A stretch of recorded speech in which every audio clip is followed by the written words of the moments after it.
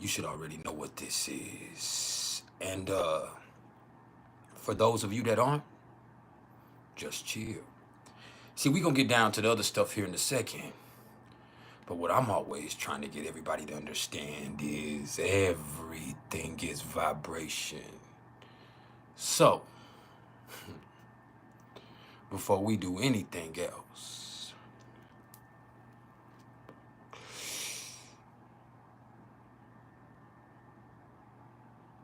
just vibe.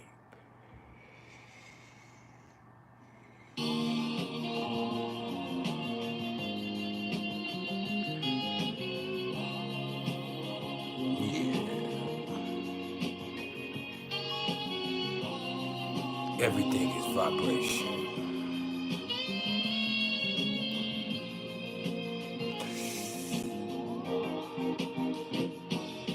Get money, don't be no lame. Bitch, woman's never ride on, so play the game. Never drop the ball, never accept the laws. Get back up if you fall, and when your number call, you better give your all. Yeah. I hope you give your all. You gotta play it to the end. The only difference between a winner and a loser is a winner plays until he wins. Ain't nothing for free, so get your ass up. My partner's scared if we don't speak and they might pass us. So we hit 85, trying to keep this dream alive. All I see is green, I think these screens fucking to my side. Nowadays, hoes claiming that they crushing by my darling in my bucket till they heads catch concussion. Well, please don't push my buttons, I don't know you like that. Can't do no favors for these haters, I don't owe you like that. Well, Let that Sagittarius moon pump some positivity into you. Killer miss, we take the risk, cause anything's better than buyers and going rich, trading busted babies for fly divas that fuck. Her only concern is if my car match her clutch. Yeah, she a gold digger, but that pussy good. So what the fuck? Just let it seep in. For this player's ball, hurry up and get money. Don't be no lame, bitch, woman's never ride on, so play the game. Never drop the ball, never accept the laws. Get back up if you fall, and when your number call, you better give your all. I hope you give your all. You gotta play it to the end. The only difference between a winner and a loser is a winner plays until he wins. Vibe. They told me life is what you make it. So what you been creating on your free time? How let you born if you need rhyme or reason? Some people change is a part of life, like seasons. Just be aware that everybody ain't your friend. They'll be gone with the wind once your jump shot don't go in, or your ACL torn and you a couple yards short from a Super Bowl championship and it was dying for. Gotta play the field, be willing to ride, willing to die for what you desire. Call your pop fly, but never collide with other players that play the game. Don't be eager to run with crowds, stay in your lane. Pass the knowledge onto your team, but carry the flame. Cause it's yours and yours alone to brighten your way. Put God first and free your soul. Cause even Olympic winners sometimes lose their gold.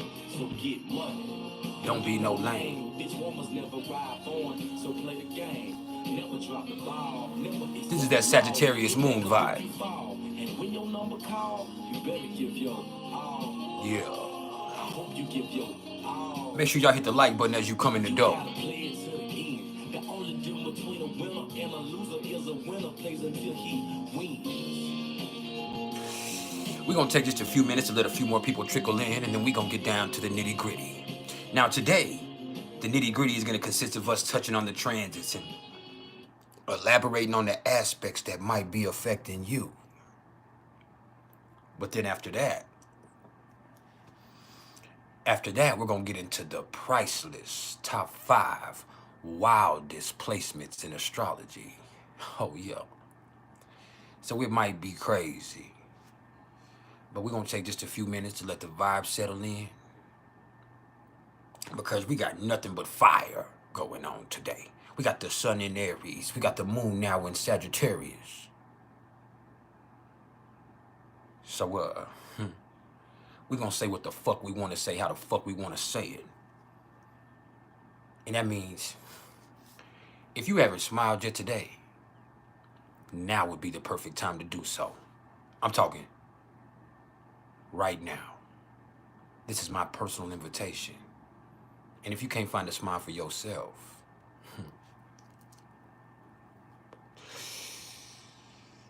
please allow me to be the smile on your face.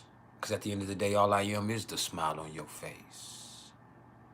All I am is the motherfucking vibe.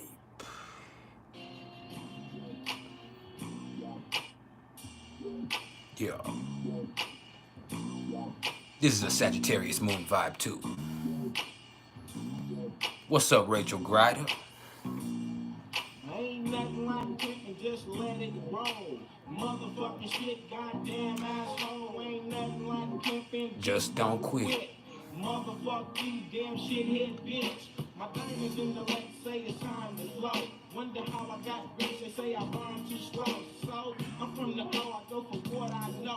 And like I told you before, you can fuck my hoe. I ride nothing but bows, ain't getting no switches. Top down in my caddy, just me and my bitches. With a Ziploc bag full of green weed. I roll it all Yeah, up welcome to the function. Some gang smoke all up in my chest.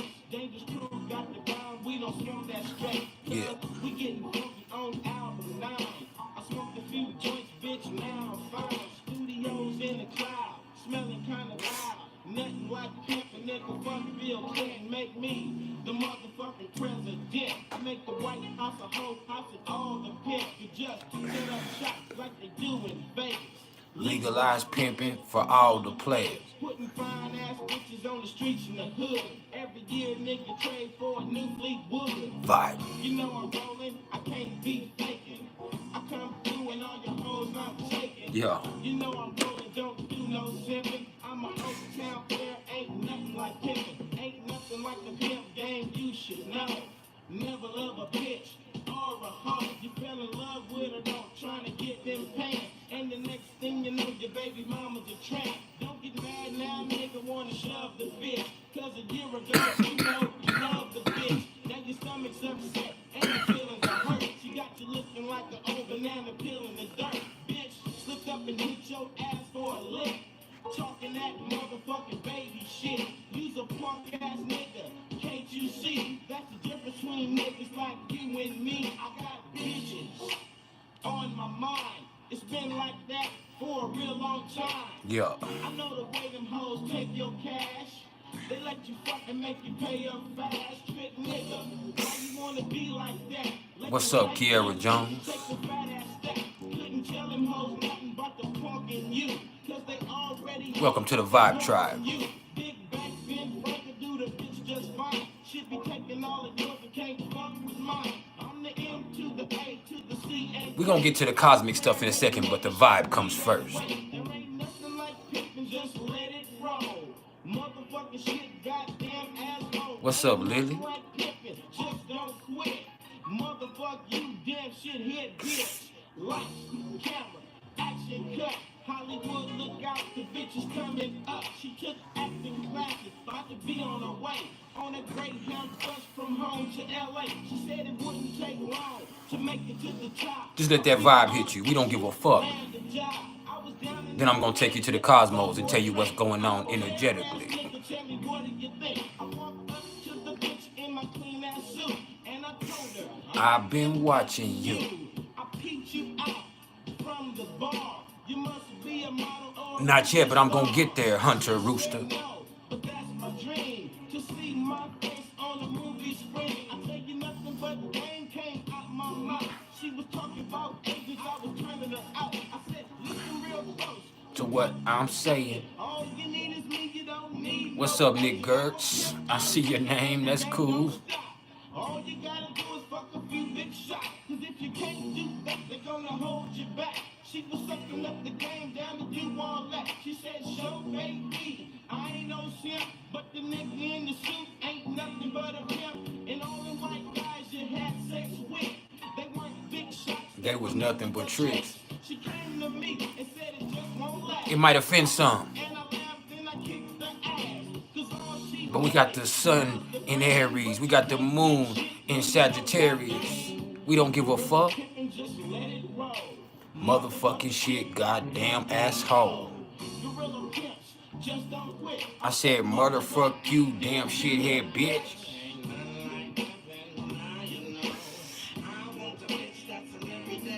Just up. Yeah. Just let that vibe hit you. Let that Sagittarius moon pump some motherfucking positivity into you. Yeah. Let that hate fill your heart as you see us here on some high vibrational shit, feeling good together.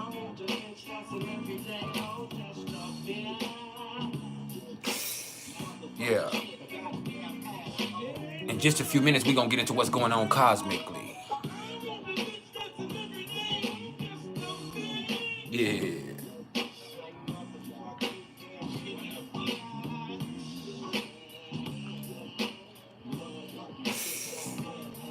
This is the Vibe Tribe. Welcome to the Priceless family. I see the commissioner, Heather Nielsen, is in the motherfucking house. Yeah.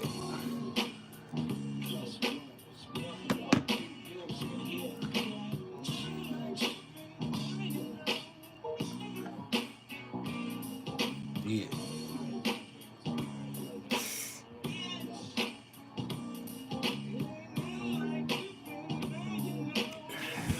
We're going to take just a few minutes to let a few more people trickle in, and then we're going to get down to it.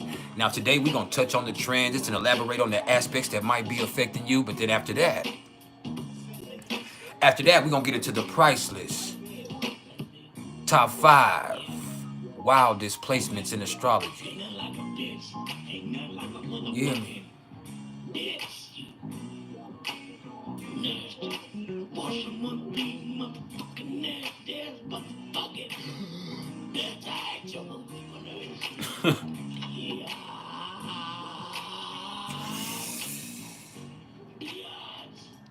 This is where I feel. We're going to get one more and then we're going to get to it.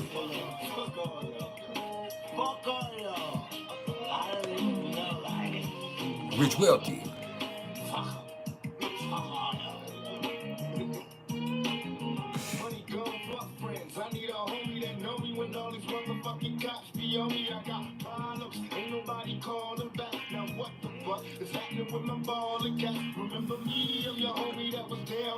Just let that vibe hit you.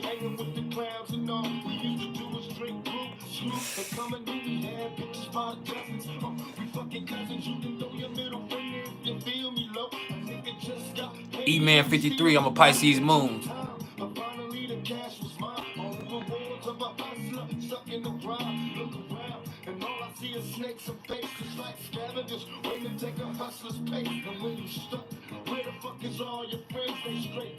And can't be trusted. I do have the merch for sale. I don't have a link for it. You got to hit me up in my email, which is mr.turner1300@gmail.com. You feel me? This is priceless knowledge of self. And for the rest, fuck all y'all. Like Tupac said.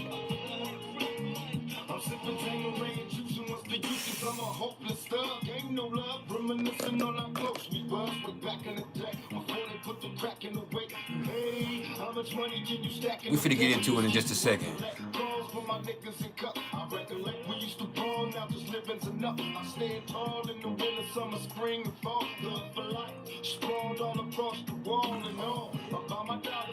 That means it's that good then.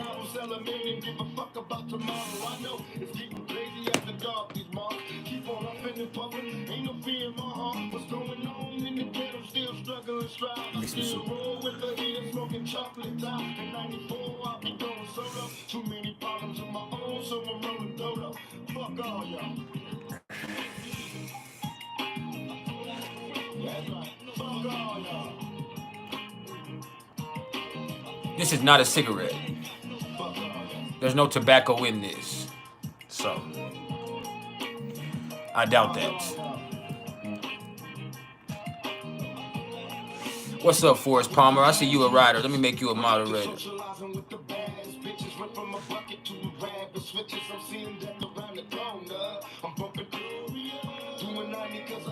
These ass whoopings I give out is priceless too. That daily drama. Know that. This knowledge I give out is definitely priceless. It can save your motherfucking life. Then you won't be on anybody's channel saying dumb shit. Get the fuck out of here, fuck a mother. these chains and hey nigga, what the fuck is you wailing about? Soon as I hit the sail, I'll be bailing out. And when I hit the streets, I'm in to rush the ball. I'm screaming thug life, nigga. Fuck y'all. Yeah. Fuck all y'all, man. Fuck all y'all. Fuck all y'all. I need nobody. Jesus loves you too, Sammy Newman. Thank you.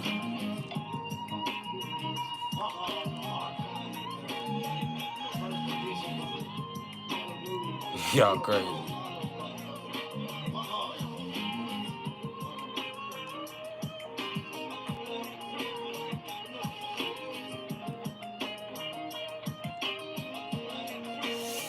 Sometimes it's necessary. Maybe it's this sun in Aries. Maybe it's Mercury retrograde in Aries. Maybe it's the North Node in Aries. Maybe it's Chiron in Aries. Whatever it is. It could even be the moon in Sagittarius.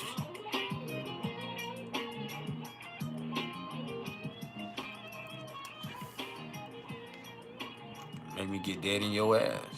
We finna talk about it here in a second, though. We finna talk about what's going on cosmically in just a few minutes. But first, let Kodak tell you something. God sent. I know I'm God sent. This is a Sagittarius moon vibe. I done overcame so much obstacles, came from up under so much rocks and shit.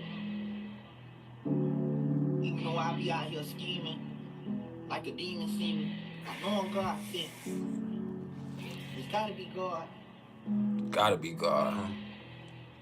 I'm God sent, like he sent me so I can relay these messages, like he used me as a vessel, Like he using me as an instrument. Trying to lock me in the box, they hate how God keep on blessing me. They lock me in the box, I pray to God to take my investment. I don't drink no lean, I'm sipping no holy water, like this my medicine. I'm living. I like that. We finna talk about it. I'm gonna tell you what's going on with the transits. Give you a little energetic forecast, but then after that, we're gonna get into the priceless. Top 5 wildest placements in astrology. So just cool it. The vibe is the most important part around here. See, this is a vibe tribe. We're trying to raise the vibration with this knowledge and information. We're not thirsty for subscribers or hungry for attention. There are thousands of us all over the world. It ain't gonna be for everybody. So you might be able to observe, but some of y'all ain't gonna be able to be a part of this because you ain't vibrating on that level like that. And that's a good thing and a bad thing for both of us. So when you come in here on some hating shit and some fuck shit and some trolling shit, you just embarrassing yourself. I hardly even can see it. I'm on some other shit. What's gonna happen is myself or one of my constituents are gonna see you and we're gonna block you, ban you. I'm talking about exile you, just like that. You hear me? The only thing you can come on here and say about me is, what, my teeth fucked up? What? I look like the light-skinned Abraham Lincoln, LeBron James, Drake, fake, rape, whatever the fuck. Nobody gives a fuck about that shit. Like, there's nothing you can say that could fuck up this positivity that we pumping. You hear me? This is priceless knowledge of self. And I'm here to help you enlighten yourself about you. I'm here to tell you what's going on with the motherfucking energy. And you can either respect it or check it. If you can't fuck with it, scroll up, motherfucker. Alright? Do yourself a favor, man. And just vibe. I've been living so crazy, feel like I'm dying, baby. Blood in my eyes, I'm going blind, oh. I'm stuck in these streets, feel like my life froze. We're about to talk about astrology, Bo Kizzy. That's what's about to happen. We're about to get into astrology.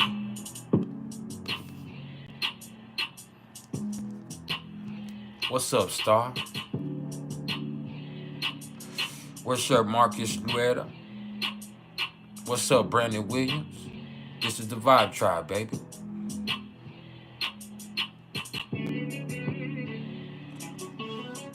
You know, separate ourselves from that fuck shit. Right? I appreciate it. It's a tiger.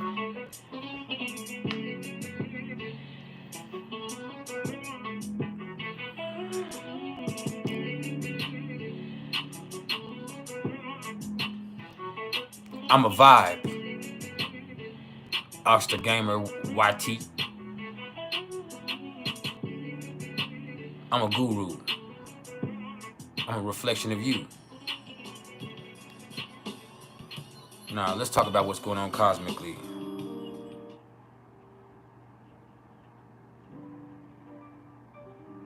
Let's talk about what's going on cosmically, you hear me?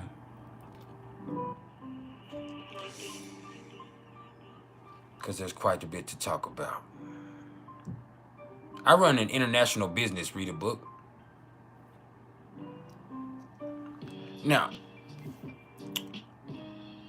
this brings us to the sun. And the sun now sits at 9 degrees of Aries. So, this energy right here is aware. It's action-oriented. It's powerful, brave, courageous. But that right there can cause some motherfucking conflicts real quickly. Especially with Mercury stationed to go retrograde in a couple of days. So yeah. This is where it gets interesting. Because people are doing what the fuck they want to do. They're exhibiting their true traits. And then when that happens, some people can tend to find that offensive. The sun happens to be exalted in Aries, though. So what this is a beautiful expression of individuality and independence and immediate application of energy. You hear me? And as the night progresses, the moon will come into a trine with the sun. And that's beautiful because they're right there. That adds a certain positivity into the mix. It adds another certain element of believing in what you're doing. You're not just doing it just to do it. You believe in it. That makes the expression more powerful. That's the truth with that. That's beautiful in itself. Yeah. This is the sun in Aries. And tonight, the moon comes trine. Really in the morning more, but it'll be beautiful. Later on in the morning. Yeah. It's what it is. The sun in Aries. It's an action-oriented bravery. It's an honest ego expression. It's awareness without pretense. See, both Sagittarius and Leo can have pretense. The sun happens to be exalted in Aries even though it rules Leo because Aries is aware.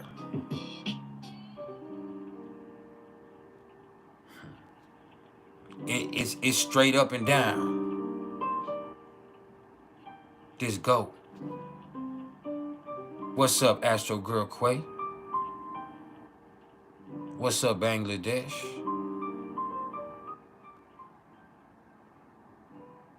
Now, let's talk about the moon. Because the moon right now sits at 1 degrees of Sagittarius, soon to be 2 degrees of Sagittarius.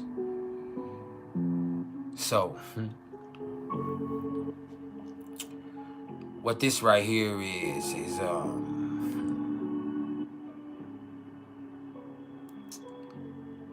it's a person trying to experience what they feel externally. It's actually a very outgoing energy.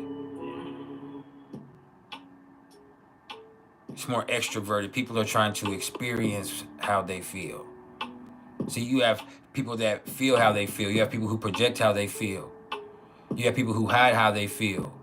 You have people who bury how they feel. You have some people who create feelings. You have some people who feel other people's feelings. But what this is right here, with the moon in Sagittarius, is this is the belief and the positive expression to experience your feelings externally in life on the go. There's a very intuitive energy. It's beautiful in its expression. This is the moon in Sagittarius. The moon will be in Sagittarius for the next 2.5 days. So, just look at it like this.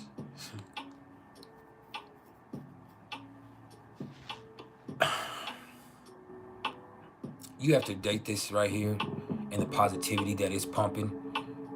And you have to try to make it stretch long term when times get harder and things get more frustrated. Remember the truth that you experience right now. Because that's what your soul is searching for in this mix right here. That's why to experience the emotions is something that might be foreign to some of us. For me, I'm a Pisces moon. So I have a tendency to try to run from my emotions or escape my emotions. Sagittarius moon is square to my moon. So it's not exactly the type of energy that I'm comfortable with. That's why I do try to escape my emotions. I'm not that brave. That's why I smoke. That's why I isolate myself. Because even when I'm isolating myself, what I'm trying to do is distract myself. I'm trying to zone out. That's why it's hard for me to be present.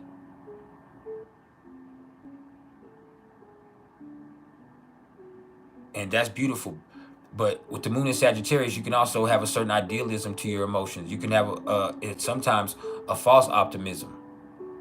So you have to be careful. And there is no boundaries with this.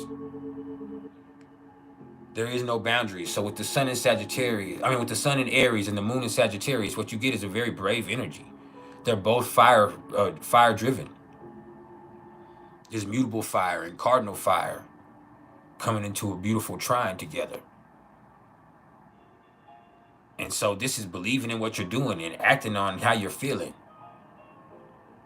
which is a very honest expression, and it's brave, and it's ultimately powerful, but it can also be destructive.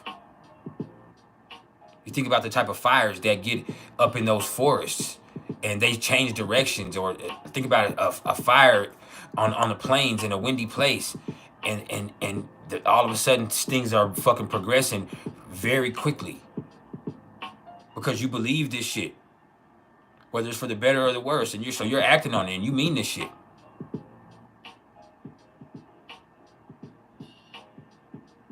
You mean this shit. And that right there creates some shit in itself. And then the moon is sextile to Pluto too right now. So with the moon sextile to Pluto, how would I explain the moon sextile to Pluto? Well, there's a chance that people are gonna feel things on a deeper level. They believe it right now, so that allows them to make changes. Intense transformative stuff could be happening over the next few hours, whether people see that or not. And maybe nothing is happening because it's affecting you in a different way. But there is some stuff going on that's really causing changes because people are more optimistic about the changes, and there's also a certain bravery that pushes and a search for freedom that pushes things forward very quickly, progressively in a situation. And so, right with this right here, with the moon sextile to Pluto, this could be a really great time throughout the next, I would say, for the next 4 or 5 hours to make some changes or make some adjustments that could end up ultimately having a longer lasting effect than you realize. That's the truth with that. So it's like you right here experiencing your emotions, and you experience these emotions are pushing you to make changes, and you're willing to make those changes, and that ends up being something that's actually deeply healing and in its own way very powerful. This energy is, like I said, a very progressive push forward. You just got to do your thing. Make sure y'all hit the like button while you here.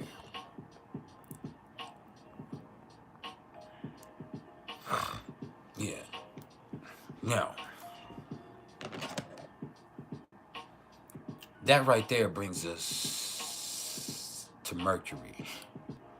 And we're going to talk about Mercury for a few minutes because Mercury is at 26 degrees of Aries, but Mercury is just about to go retrograde, so it's slowed all the way down. What we would call this is it's stationed, because it's only going to move maybe a half a degree, and then it's going to stay there for about 4 or 5 days, and that's going to be a long time for Mercury to be sitting at 27 degrees of Aries.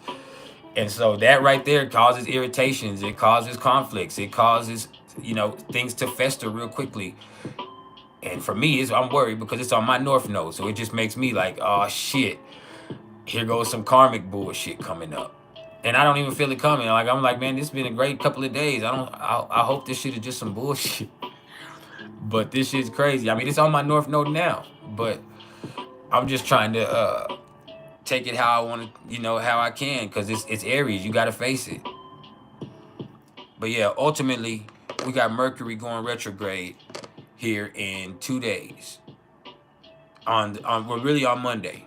Mercury stations retrograde on Monday at 27 degrees of Aries, and it's gonna stay there for about 2 days, 3 days, and then it'll start progressing, and it'll go slow at first till it gets to like 24, and then after that eclipse, Mercury speeds up in its well, not really speeds up, because what retrograde is it's actually slowing down.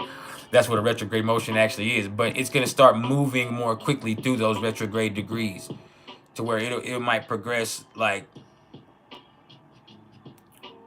a degree or two a day. No, it'll just go like a degree every other day. And then it'll finally station at 15 degrees of Aries on April 25th. So from April 1st to April 25th, Mercury's going to be retrograde in Aries. And when you look at Mercury in Aries anyway, that's a very assertive energy. But when you see it go retrograde, it ends up making it aggressive. People going to be talking out the motherfucking side of their neck, and people going to be saying whatever the fuck they want to say. And that creates conflicts. Like, man, sometimes you do need to employ a little tact. Sometimes, even though your first thought may be your best thought, that shouldn't be the first thing you say. That's something that you might end up having to deal with here in these next couple of weeks. You have people that are going to be speeding and getting into car wrecks. And you're going to have people with possible head injuries. You're going to have people with headaches and migraines experiencing it, especially over the last week or so. And as Mercury gets into this, if you're the type of person that ends up having migraines, I would make sure that you're taking care of yourself medicationally, because this is the possibility that you're going to have with this. You're going to see people talking too fast, or people not listening to what anybody else has to say. And so it's like people cutting people off, both driving and with speaking. Just cutting people off. So this is where you're going to have to be extra careful. And it's going to be hard to do so, because you're going to feel more impulsive than you usually have over this Mercury retrograde. And so as we see this for the next 26 days,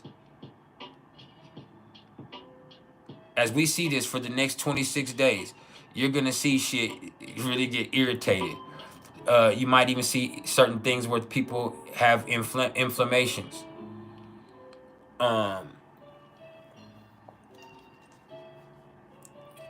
For those of y'all that got them viruses, you might have an outbreak.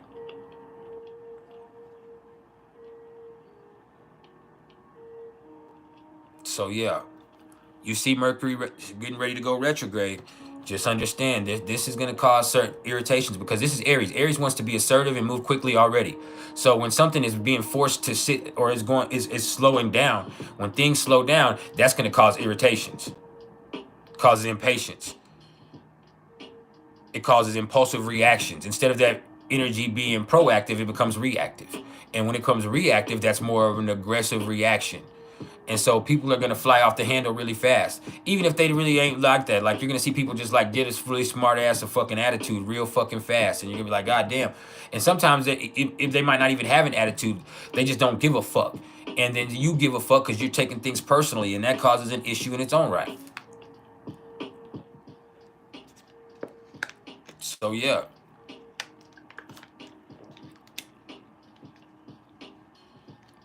This is Mercury retrograde in Aries.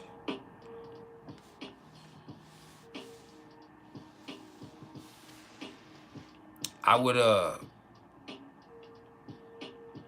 you might take something on. You know, you tend to want to push things, and when you want to push things, that forces situations, and when you force situations, it can cause accidents, and it can cause problems, and it can cause conflicts.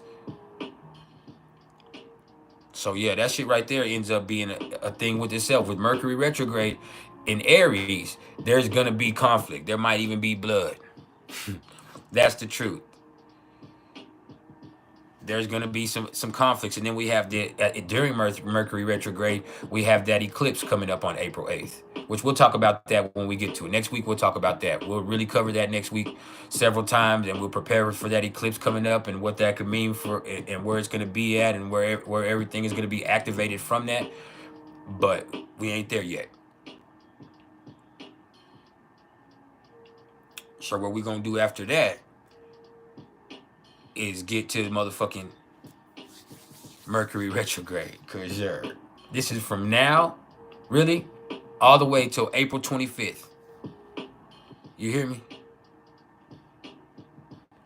From now until April 25th.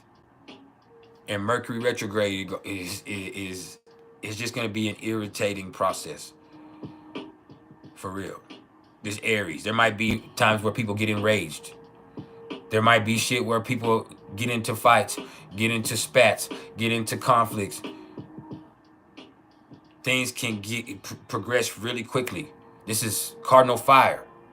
Things can catch fire really fast.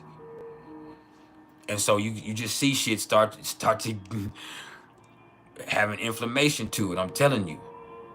This shit gonna be a trip for the next 3 or 4 weeks. And especially if you're a person that drives fast and all that shit, you need to make sure you pay attention to what the fuck you doing. Like, this is dangerous. I'm trying to tell you. Now, let's get off of that. All right? And let's get to Venus. Because I'm loving what Venus is doing right now. See, Venus is at 21 degrees of Pisces. And Venus is exalted in Pisces. So what does an exaltation mean for those of y'all that really don't know much about astrology? An exaltation means that's probably the best expression of that energy. The best. And that can mean different things. With Venus, this is about love and prosperity. So Pisces is capable of unconditional love, and Pisces has this imagination that can create and change things if they apply it in the right way. And so Venus is exalted in Pisces. Mars would be exalted in Capricorn because Capricorn is an efficient use of that energy. It regulates the energy very well. It doesn't waste its time on bullshit. The sun is exalted in Aries because it's aware. Hold on. Yes, you know that every day. You look good though, son. What's up, smoldering embers? But yeah, man. I love Venus in Pisces because Venus in Pisces really only loves and cares about what's important. It might be delusional to some, but Venus in Pisces is capable of looking past the bullshit and loving you for your flaws, because they love everything about you. They love you. And so that love right there is a truth that's all encompassing. And it's something that can conquer all. And eventually that belief in love and that belief in unconditional love and even that delusional belief in having something that's worth it. That's something that allows them to end up having it. And then creatively, Venus in Pisces has this imagination and this love and this understanding of love that really plays out well artistically. Whether it be in performing arts or whether it be in some type of manual art or in some type of musical expression, whatever that is.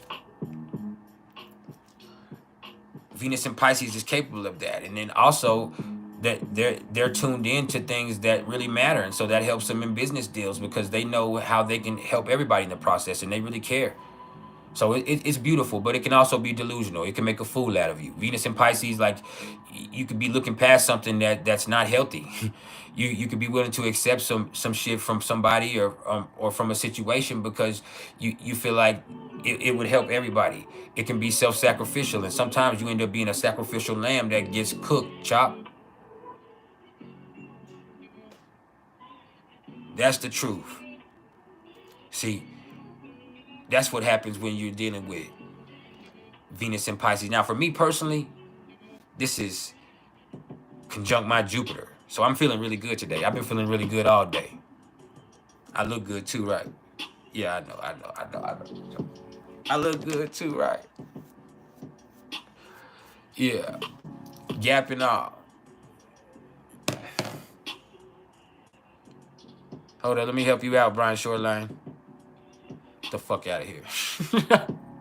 uh, You shouldn't listen to me if you don't want to listen to me. Scroll up, motherfucker. This is a vibe tribe. If it ain't for you, it ain't for you. Hey, we here to raise the vibration with this knowledge and information. This is priceless knowledge of self. You hear me? Make sure y'all subscribe and hit the like button while you here. It's the least you can do. Rich Wealthy or one of y'all, please drop my motherfucking cash app. Because if you going to stay here, you just make sure you pay what you weigh. If not, keep going. The Sagittarius moon don't give a fuck. You hear me? Yes, my eyes are low. Yes, I'm high. You hear me? Didn't you just hear me say Venus is in Pisces? What the fuck you mean? That doesn't take anything away from what this is. Yes, I got a gap in my teeth. I'm still finer than you. I still got more guap. I'm still extremely knowledgeable. I'm trying to help your funky ass out. So, hey, man, if it ain't for you, just keep going before you embarrass yourself. That's the Venmo, Rich Wealthy. Yeah.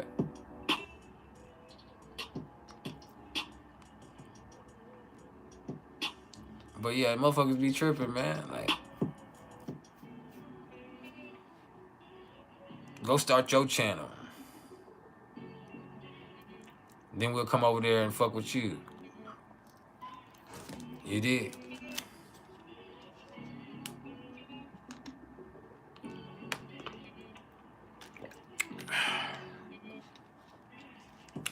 Now,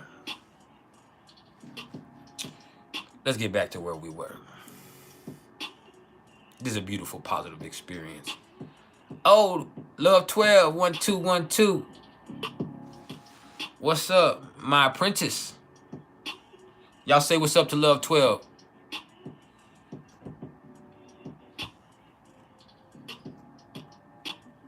Yeah.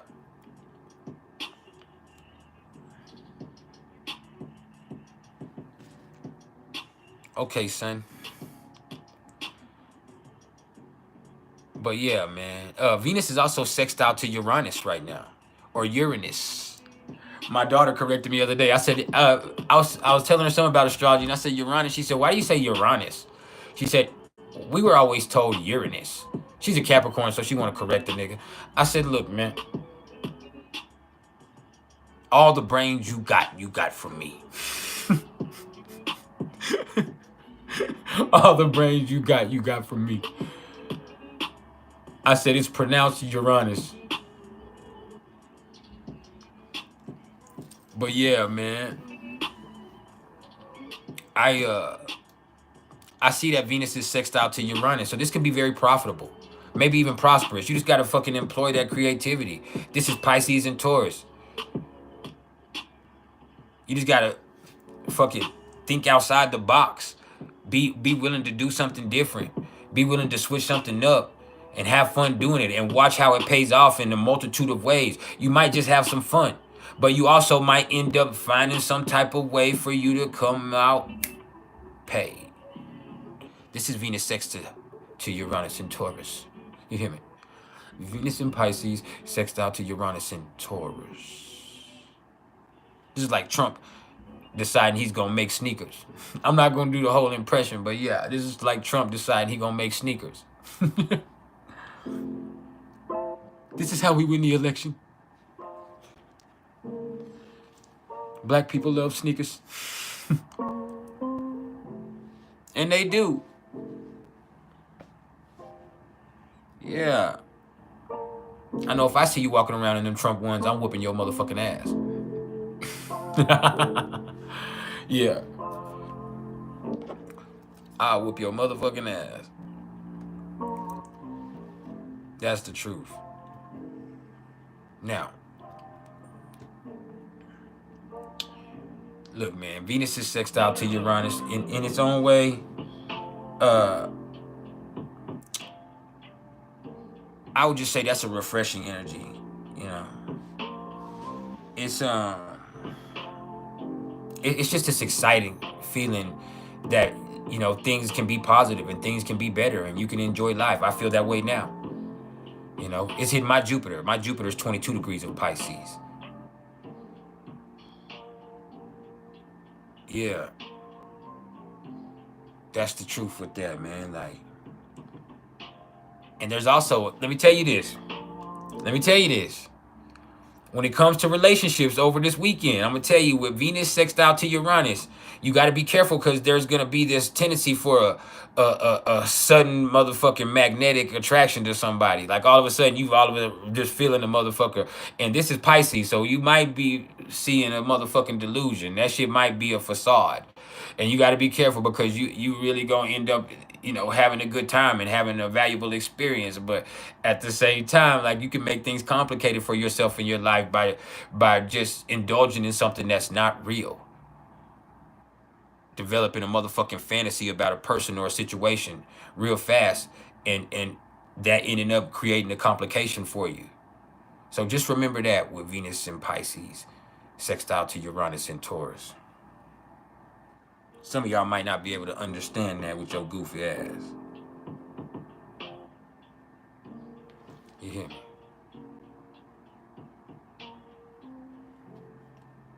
Who coming with the motherfucking Trump ones? And they made some gold sneakers. Yeah.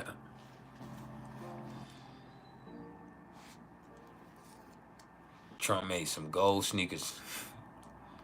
And niggas gonna be in them.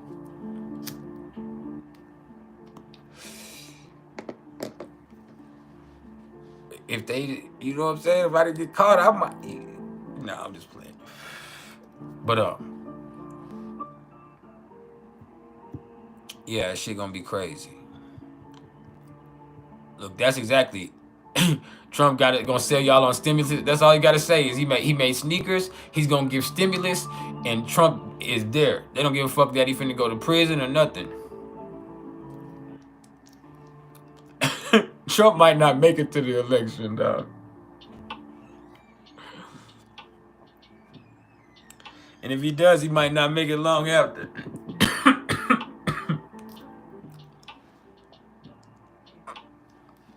Trump might need some money on his books. Nah. That nigga will build him a whole new prison. But not for real though. Venus is sextile. Jupiter is conjunct to Uranus, but we'll talk about that in a second. But yeah, Venus is sextile to Uranus. You just got to be careful. Use this creatively. Believe that things can be better. Enjoy yourself doing it, but don't get fooled, especially dealing with another person. Don't get fooled. Don't get caught up in a motherfucking facade about somebody. You feel me? You might have somebody acting like they a baller this weekend, and they might just have it this weekend. You can see that. That's Taurus. That's Uranus in Taurus. That's Venus in Pisces. You might have somebody that seem like they just, able to pay what they weigh. But guess what? They pockets kind of light.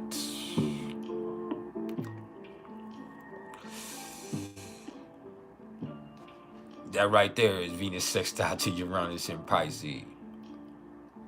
Y'all should stay with it. The game is to be sold and not told, but I'm giving you some game here. You just gotta be willing to see past your own ass. Yeah. Just 5.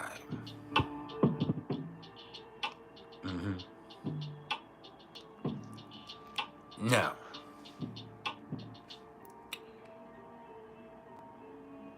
let's talk about Mars. Because Mars is in Pisces too. Mars is at 5 degrees of Pisces. So this is where things get complex. And because things are complex, because emotions are involved in everything, it makes the energy more complicated to express. You hear me? That complexity that emotions add into everything makes it that much harder to figure out what's really going on and then how to direct this. There's lots of energy, but it's like it's confusing. So you have to find some type of way to get into a rhythm. Figure out what the fuck you're doing. Or sometimes you don't even need to worry about any of that. You just need to flow. You gotta find a way to get into the motherfucking flow. That's the truth. Find a way to get into the flow, baby.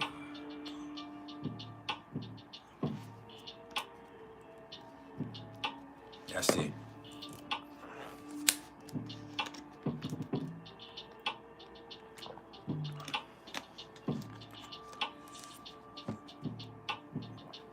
Now,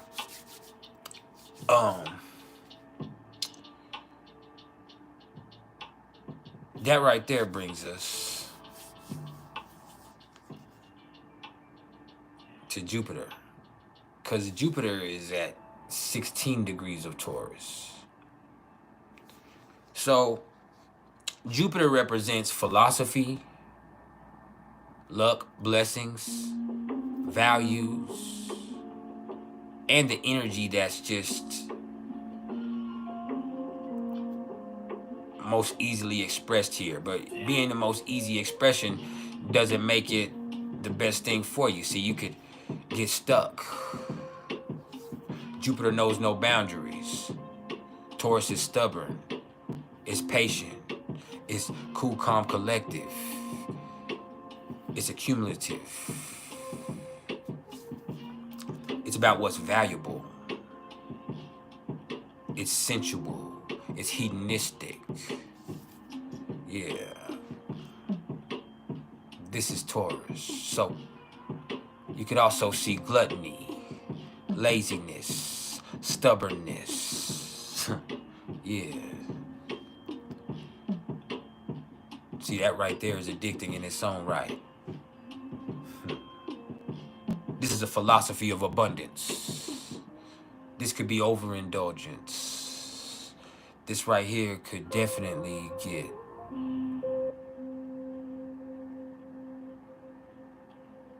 greedy. Yeah. It could get greedy. See, Jupiter and Taurus, it's about enjoying the process. You hear me? There's sometimes safety in processes. Can you process this? Yeah. See, Jupiter in Taurus is very creative. It's very sensual, extremely so. It's extremely indulgent. Yeah.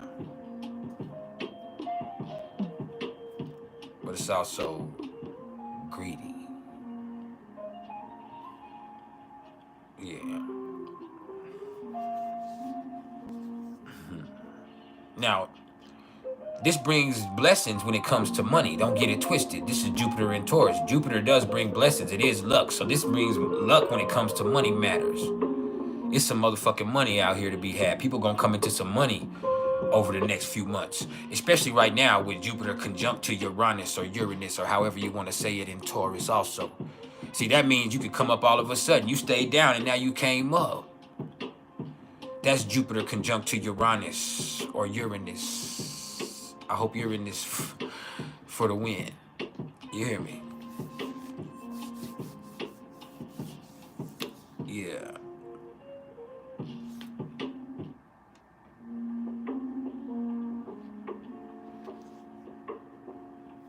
this right here is everything.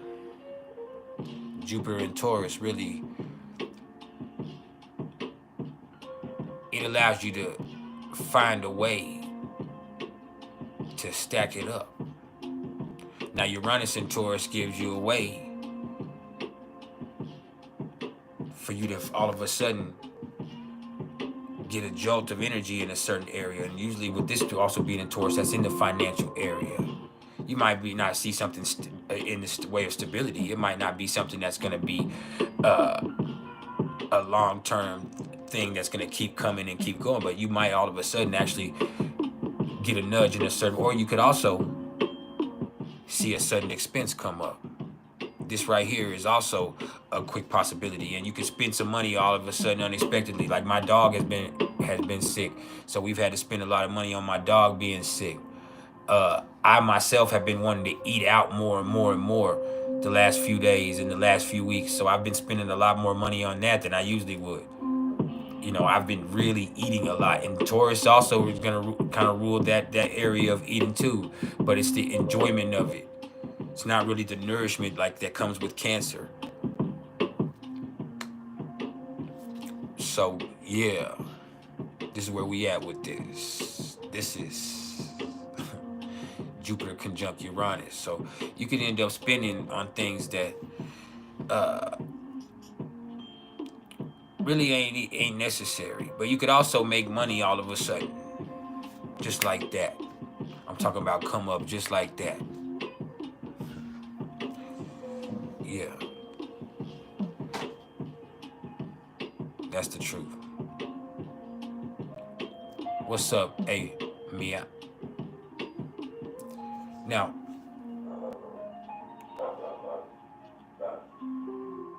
next,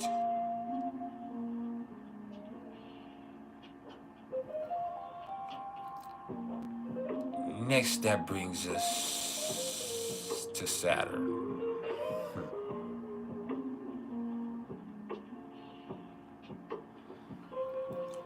And Saturn is at 13 degrees of Pisces. So that has to do with something going on inside of you. It has to do with the realization that control is a delusion. It creates confusion. You have to realize that those coping mechanisms, those crutches, they were never that. No. They were never that. They were blinders. That avoidance behavior, that ignorance, that escapist tendency that a lot of us tend to have inside of us, that's gonna have to be confronted, because we're gonna have to deal with some stuff that we can't get away from. Yeah. There's some stuff you just can't run from. Yeah. Sometimes it ain't nothing, but sometimes your own emotions. You know, sometimes it's sickness, whether that be mental health or physical issues. There's certain things that you just can't escape.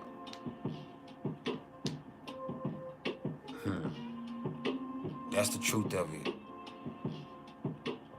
This right here, it's you realizing that the stuff that you can't escape that's coming up in your life right now, that's happening for a lot of people that feel so karmic, it's not a consequence. It's not the universe out to get you. It's just the shit that you didn't deal with. It's the shit you've been trying to get away from. Well, guess what? You got to deal with it now. It's a part of life. You hear me? And life is not happening to you. You are not a victim of circumstance. You are just a part of a process. This is all a process.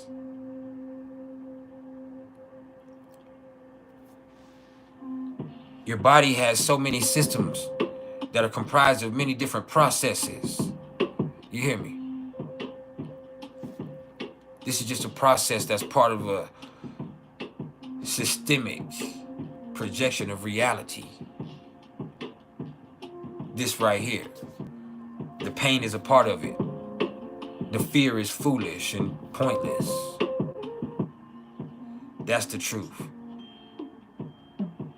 Yeah. Because there's some shit you just can't escape, so what the fuck is you scared for? I've learned this. I realize that I'm such a fearful person and about so many things. Being willing to fight people, that doesn't make you tough or brave. That just means you're willing to fight. It really speaks to a conflict that you have inside of you. No, I'm fearful in different ways. I realize that I have a lot of fear in my heart. I always have. And I've just found ways to ignore it. But I never dealt with it. And so as Saturn has been in Pisces, I've been confronted with fear. And the fear itself has created so many different issues in my life because the things that I'm scared of haven't even happened. It's the fear that I constantly deal with that is the problem. Not one thing that I've been so scared of for the last year has happened. Not one thing.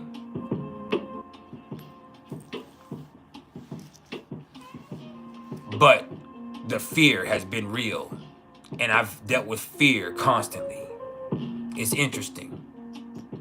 And I realized through this process that I am a fearful person. There's so many different things I fear and things that I never dealt with. And I can make so many excuses because I found my mom dead when I was 13. Because my dad was a dope fiend and was abusive in so many ways and inappropriate in other ways. And so I could say, oh, all that shit made me this and I started doing this. But the truth of the matter is that's a cop-out. That's a coping mechanism. That's a crutch. That's a lack of accountability. But there is fears from experiencing those things, from seeing my mom go into whatever she went through that ultimately she died from at the same age I am now. At the fact that my dad is sick and on his last leg and could die any day. At the fact that life is just tripped out. The fact that my sister, she was just getting high, man. She just took her one motherfucking, thought she was taking a Percocet on her way to motherfucking work last year. And she ended up dead in the parking lot. And I had to go see my baby sister laid up. See, Saturn in Pisces, it's a motherfucker, man. That's the truth. Saturn in Pisces is a motherfucker, man.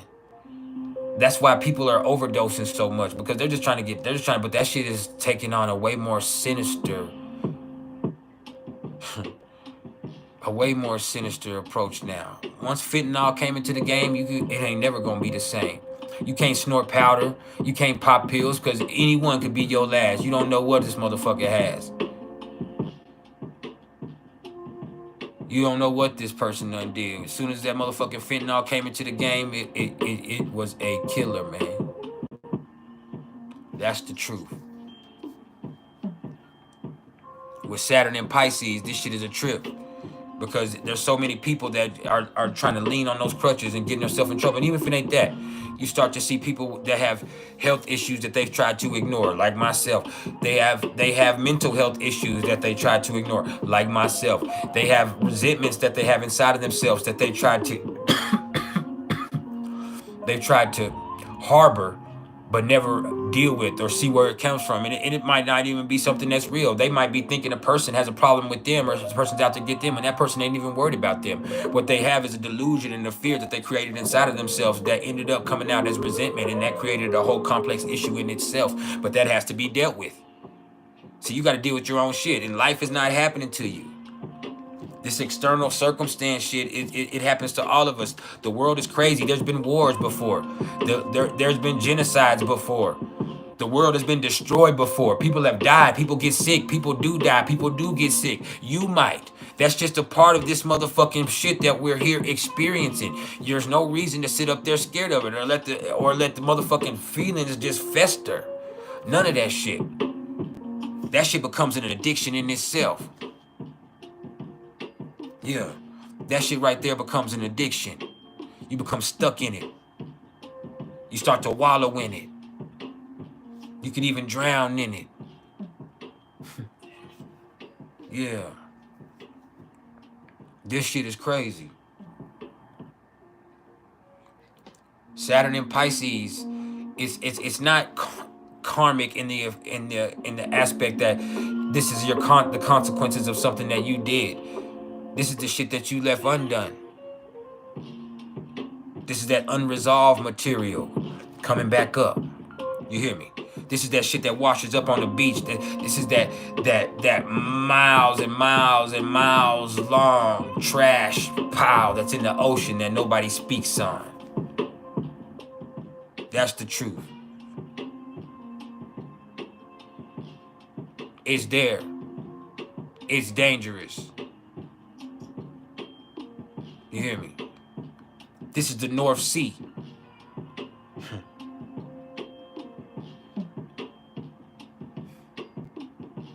This is emotions without boundaries, and that's heavy. This can be fear without boundaries, and that's dangerous. This could be delusions without boundaries. But you got to find out what it is, and that's something that's a personal journey for yourself. You got to deal with that inside of you, because we all got our own shit. Life is like that right now. That doesn't mean you don't help people. That means you do help people, but you help people by helping yourself. Deal with your shit inside of you. This is emotional maturity. This is you taking it to the next level. This is Saturn in Pisces. See, I got into an argument with another astrologer the other day, or it was today and the other day, and I have respect for her, but she is a Pisces, but she has a very idealistic approach to Saturn in Pisces, and for me, I don't agree with what her interpretation of what Saturn in Pisces is, or even what Saturn is, and that's okay. We don't have to agree with each other, but I had to explain, like, this is something that I just understand fundamentally, because I've found it out for myself. This is something I've experienced for myself for a whole year now, maybe for my whole life, because the last time Saturn was in Pisces, it played out through my mama, and my moon happens to be in Pisces, so that makes sense.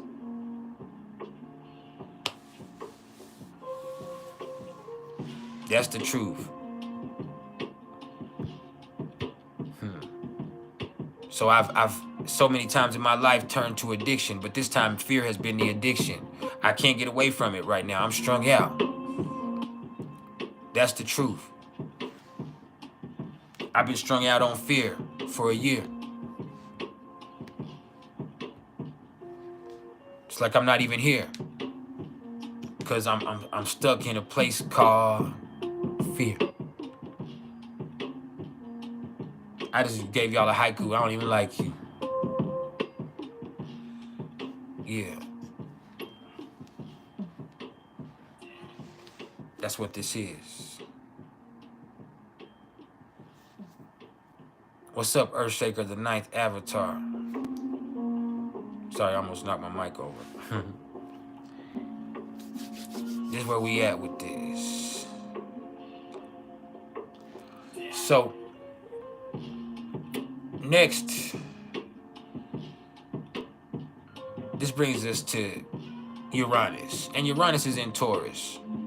Well, Uranus is revolutionary. It's electric.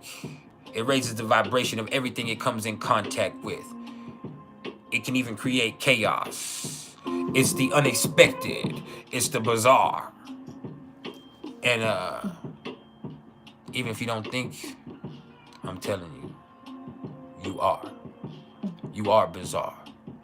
Your very existence is hard to explain. How did you come to be here?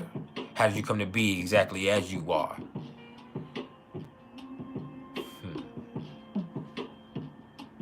Yeah. You're a unique makeup of genetic material that somehow is functioning together with an aware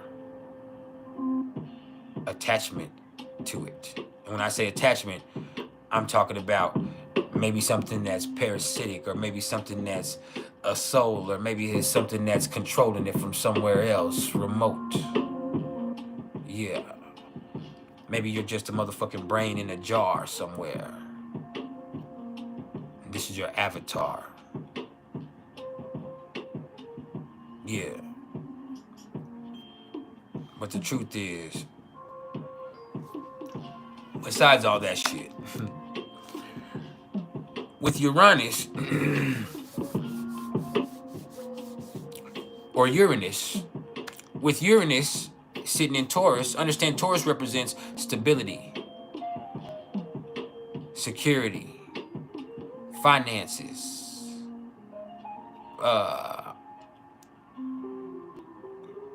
what else? Indulgence, stubbornness.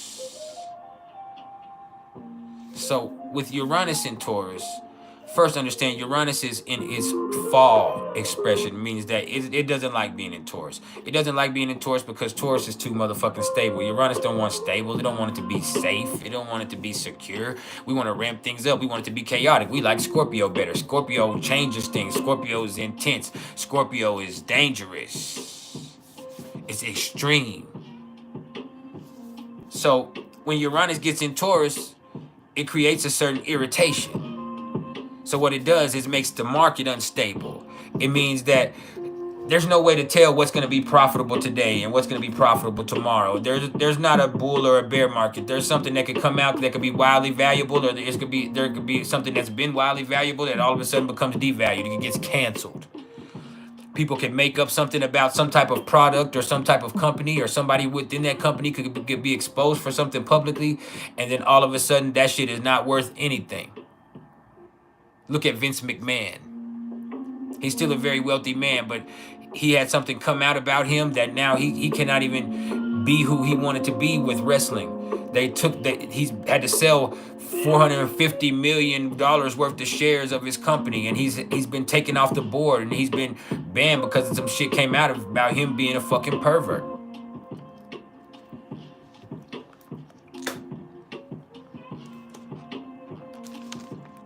Look at Diddy. That's the truth. Look at how the nature of business has changed since the implement of COVID-19 4 or 5 years ago. Look at it. Things are really taking on a more remote approach, and things are taking on a more individualistic approach.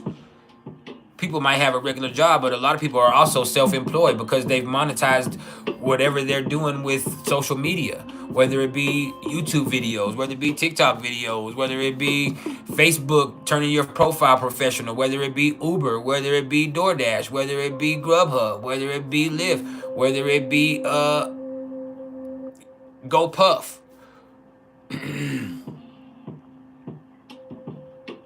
Whatever that shit be. Wherever it is, you start to see. You see with OnlyFans, you see people's values have changed wildly also over the last few years. People are willing to do things to make money that they never were willing to do before. Why? Because they see it makes money. It's not because they need the money. There's always been jobs. It's because people see that other people are prospering off of it, and other people's values have changed with that. So they're really more to accept it. And those people want to make their own profit. So you see people do all types of stuff. You see the shifts. You see people in high places, and actors and actresses that were Hollywood people who they actually now make money on OnlyFans. And the same thing with certain porn stars. There was a certain place in the pornography industry where they were able to sell videos and work for certain companies, but now the power and the money and the prosperity is with you doing your own thing personally on some type of platform behind some type of paywall. That's the truth. Whether you see the nature of hustling in its own right, drugs are still selling like always, but they're not as prominent as scamming is now. There's a whole fucking art of scamming where people are taking your fucking money. Where you're fucking walking in and having a good time with your family, and they scanning your motherfucking pocket, and they taking from you and your people. Where they making cards and they motherfucking counterfeiting. Like, this is all some shit that's really started to take hold in the last few years. It was started way before, but it's really taken hold before. Whether you see the motherfucking way that people people just make shit popular and that shit ends up being really valuable. You see stuff like all of a sudden we talked about Shannon Sharp and what he did with Cat Williams. You talk about how you speaking on Shannon Sharp now will get you a whole bunch of attention just because of that. You might make some money off of that. You talk about the Stanley Cup situation. You talk about the shit that happened a few years ago with the Acorns app and with GameStop. You remember that? You remember when people thought cryptocurrency was falling off and it just made a comeback, at least Bitcoin did. And then you thought before that when they had all those different cryptocurrencies that weren't doing shit like Siagma coin and Dogecoin and all that shit, and people were really falling in behind them, but that shit didn't ever do what it was supposed to do. You see how NFTs never took off the way that they expected NFTs to take off. And so you see that right there. You see how businesses have changed. You see how everything has become more delivery oriented. You see how there's just so many ways that you can make money. You want to get on social media, there's so many ways that you can make money here on YouTube, on Facebook, or TikTok, whatever you're doing. You see how you also have to be adaptable in that, because any day now in the United States, TikTok is going to get taken away. Any day now. They're going to take TikTok away, and then people are going to have to find another way to make money or another way to do what they do. They'll have to create another platform. They have to find something, and even the way that people made money on TikTok, there was shit that they could do with certain music that they can't do now. They snatched all their music off that platform, and you can't use it. And so there's just ways that you have to be adaptable in your hustle. So they've had to figure out other ways for them to make videos and make money, and they do. Those TikTok stars, they do. They have to change it up. You know what I mean? They have to take certain music out of the video, or they have to figure out how to do something else. Or they have to make recipes. They got to do yoga. They got to do some other shit, whatever it is that they're doing.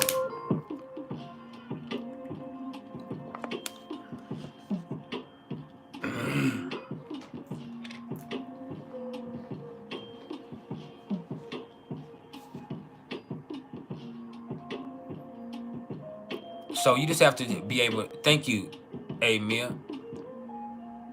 But yeah, you just have to be able to really find your lane and your niche, and then be willing to be adaptable in that. But there's so many ways to make money. There's no excuse for being broke. You just have to understand there's not anything stable going on about this. You can't get stuck in any method of operation or any mode of being, because then you're going to end up frustrated when things change. That's the truth. That stubbornness will get you losing here. But I'm telling you now, there is no excuse for you not to make money with Uranus in Taurus. Yeah. And Jupiter's conjunct, so this is one of the best times in the world to make money. Over the next month, this is one of the most prosperous times that there are. Period. It's one of the most prosperous times that there are. You got to find a way to make it pay what it weigh for you. Yeah. And make sure you like and subscribe, like Super King Anthony said. Not just regular King Anthony. Super King Anthony, bitch. Yeah.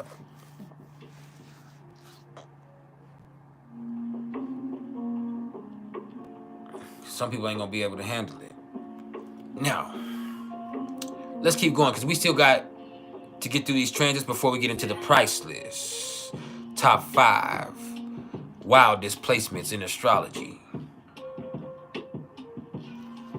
Yeah. I'm talking about the Priceless top fever. Now, before we get there, let's talk about Neptune, because Neptune is at 27 degrees of Pisces. That's actually one of the most Neptunian placements and degrees that there are. And understand, Neptune represents the culture, but Neptune has this perfectly circular orbit. So it represents the part of us that's seeking perfection, the part of us that looks to some high ideal. And sometimes that can create confusion. You hear me? I said an ideal, not a reality. Now, the funny thing is with Neptune in Pisces, the nature of reality in itself isn't even real anymore. We don't even know what reality is because they done told us that reality isn't what we think it is. We've also seen that everybody's reality has several different layers to it. Several different layers to it. You know, and your personality, it has several different branches to it.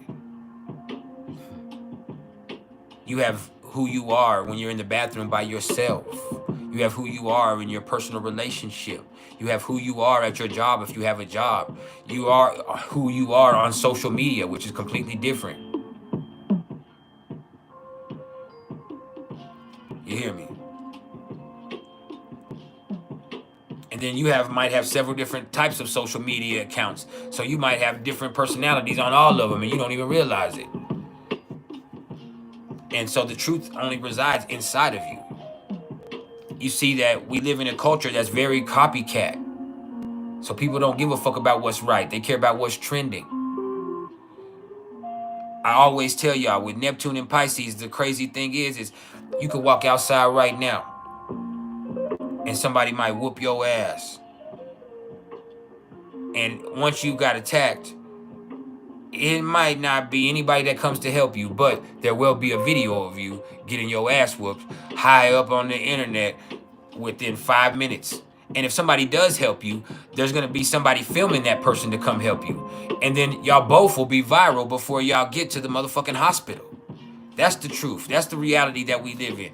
There hasn't been one celebrity or one rapper that hasn't got killed in the last 10, 15 years that I did not see them dead on social media within an hour of them dying. Before a lot of their family members knew. I myself have seen videos.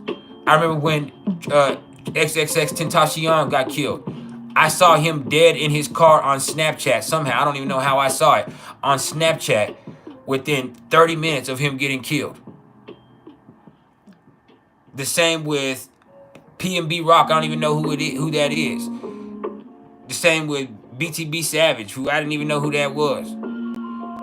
The same with Mo3, which I do know who that was because I'm from Texas. But the same with Nipsey. The same with Nipsey. I was looking at surveillance video before the police had it. Shit. Like, that's the truth, man. This way that we live now is crazy. It's crazy. There's always a camera watching. If you get into it right now with your significant other in a public place, there's gonna be and I'm talking about y'all are being loud. There'll be 4 or 5 people that got their phones on you filming y'all. Like, that shit is where we're at.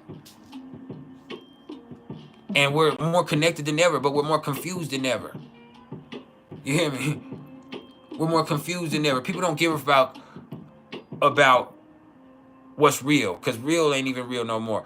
People give a fuck about the appearance of things. They care about the labels. They don't care about the purpose. So you got to find that inside of yourself, because the culture don't give a fuck. The culture's confused. The culture's delusional. That's the truth for that shit right there. That's where we're at in this expression. With Neptune and Pisces, this is a confused ass culture, man. We're more connected than ever, but we're more confused than ever. People are so caught up in the labels of shit, no matter what community you're a part of.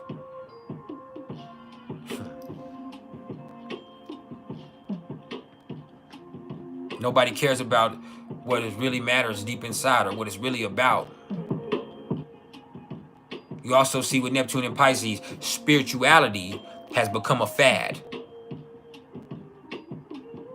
People think being into astrology means you're spiritual. No, that means you're into astrology. That has nothing to do with spirituality, because astrology is not a spiritual sect. It's not a religious practice. You don't need to believe in astrology. You believe with astrology. You use it as a tool for self-discovery. You study energetic significances. You don't fucking worship the sky. It helps you figure out and understand what the fuck is going on. That's the truth. Yeah. And I beg to differ, Timpac Mambu. A lot of people want to look at this chest. You see that? Yeah. A lot of people. A lot of people. What's up, Reflection? Now, with Neptune and Pisces, you got to let your inner compass be your guide. You hear me? You got to really look for that main line to the divine that resides inside. You got to channel that. You hear me? Make sure you're not just an act yourself. See, a lot of people might realize, man, I'm living a fucking facade. I'm so fake. How the fuck can I hate Rod? Yeah.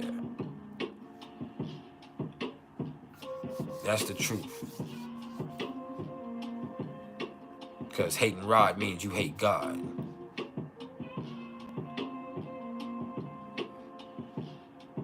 Now, let's go ahead and talk about Pluto. Pluto is at 1 degree of Aquarius, and soon it'll be at 2 within the next week or so. And so when you see Pluto sitting in Aquarius, first of all, you have to understand things have taken a more radical approach. Like I said, people are so tired of the status quo and the way things have been going that they're willing to take a more radical approach. You want to look at it politically with people feeling like, man, I don't give a fuck. We're going to try to put Trump in this motherfucking office. People that don't give a fuck about politics, people that don't know shit about politics, people that only care about things being radically different than the way that they've been. But you also see where the power comes back to the people over the next 20 years. With Pluto in Aquarius, we start to realize through the technology that we have that we're connected all over the world, that our opinions are more powerful than ever. That means our ideas are more powerful than ever. And all that takes is a willingness to think differently. And that's where this all comes from. It's not just an idea or a thought that employs here. This is a willingness to think differently that changes things automatically. See, as soon as you are willing to accept that things might be different than before, then that opens up all of the realms of possibilities. That's what's happened in a lot of ways. We've seen so much weird shit happen over the last few days. We've seen so much stuff here and hype in the United States about this eclipse that if Jesus don't come back in a motherfucking UFO, then this shit ain't shit. Shout out to Lydia. She said that shit earlier. But yeah, man, like if this eclipse don't fucking end the world or something, like, or something crazy happened, then it's just gonna fall short of what people expected. But that's crazy. That's how it felt. Like, man, things just have changed, and it's because people's mindset has changed. People are willing to accept things that they've never been willing to accept before. People have been taking a more radical approach to everything, and it just starts with the thought processes, because this is Aquarius. Aquarius is an air sign. That means it affects the mind. You hear me? People are starting to realize certain stuff. And Mia, Pluto is in Capricorn sidereally. If you're more of a Vedic or a sidereal person, then Pluto's at 4 or 5 degrees, maybe anywhere from 4 to 6 degrees Capricorn. But yeah. Shit crazy. Nick Dalton, I got you. Just give me a few minutes. I can't answer your email right now. But yeah, we got a lot of shit going on, man.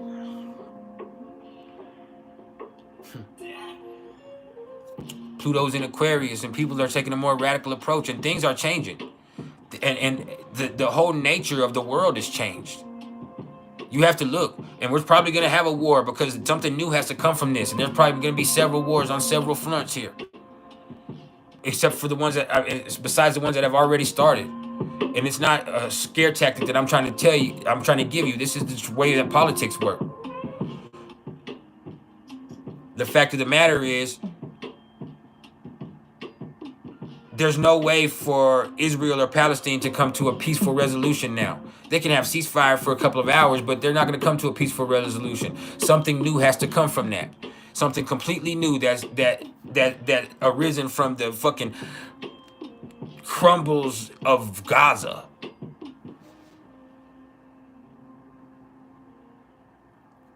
That's the truth. You got what's up, Kian? But yeah, from the fucking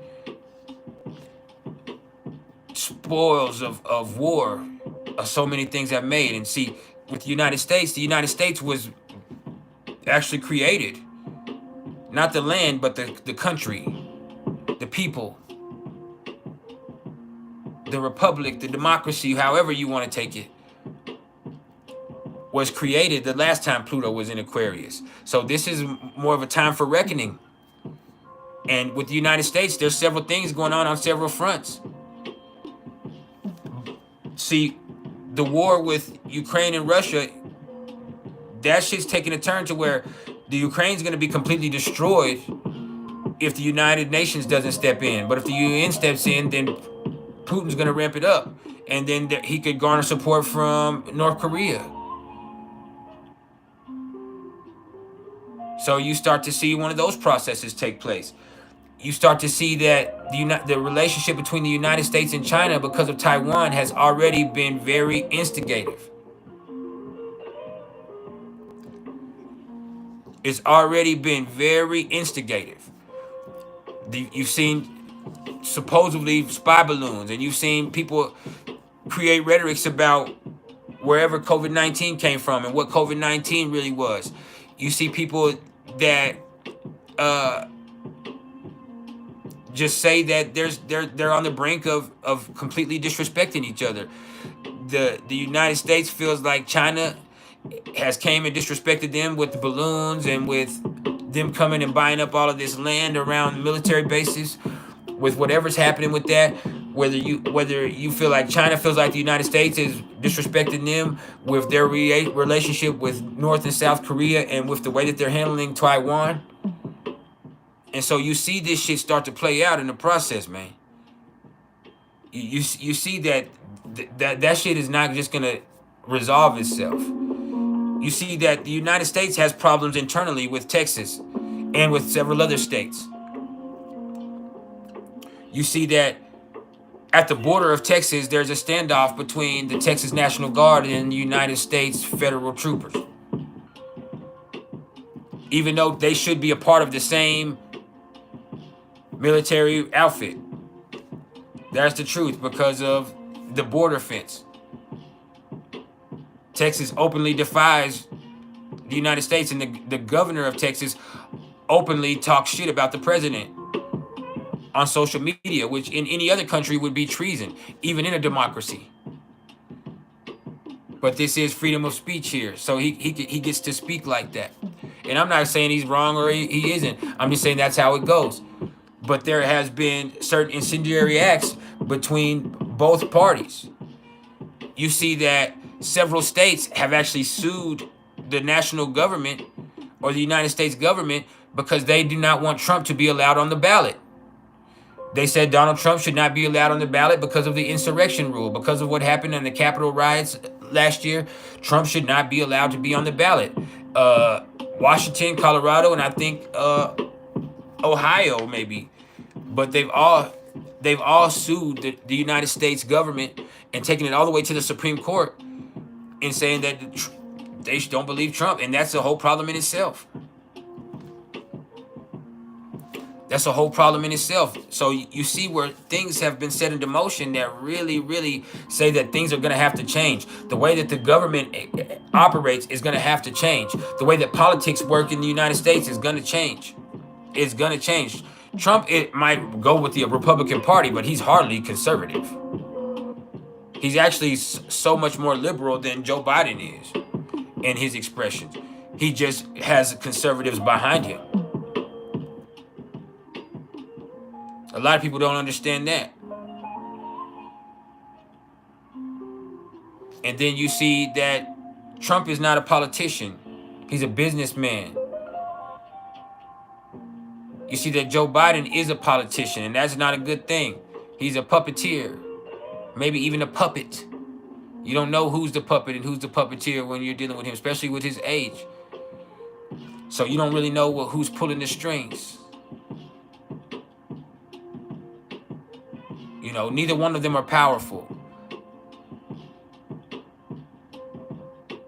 Trump's words are powerful. The people who believe what Trump says are powerful. The people who hate what Trump says are powerful. People were so offended and fearful of Trump last time that they elected Joe Biden without really considering his politics. They elected Joe Biden because he was connected to Obama and he was vastly different than Trump.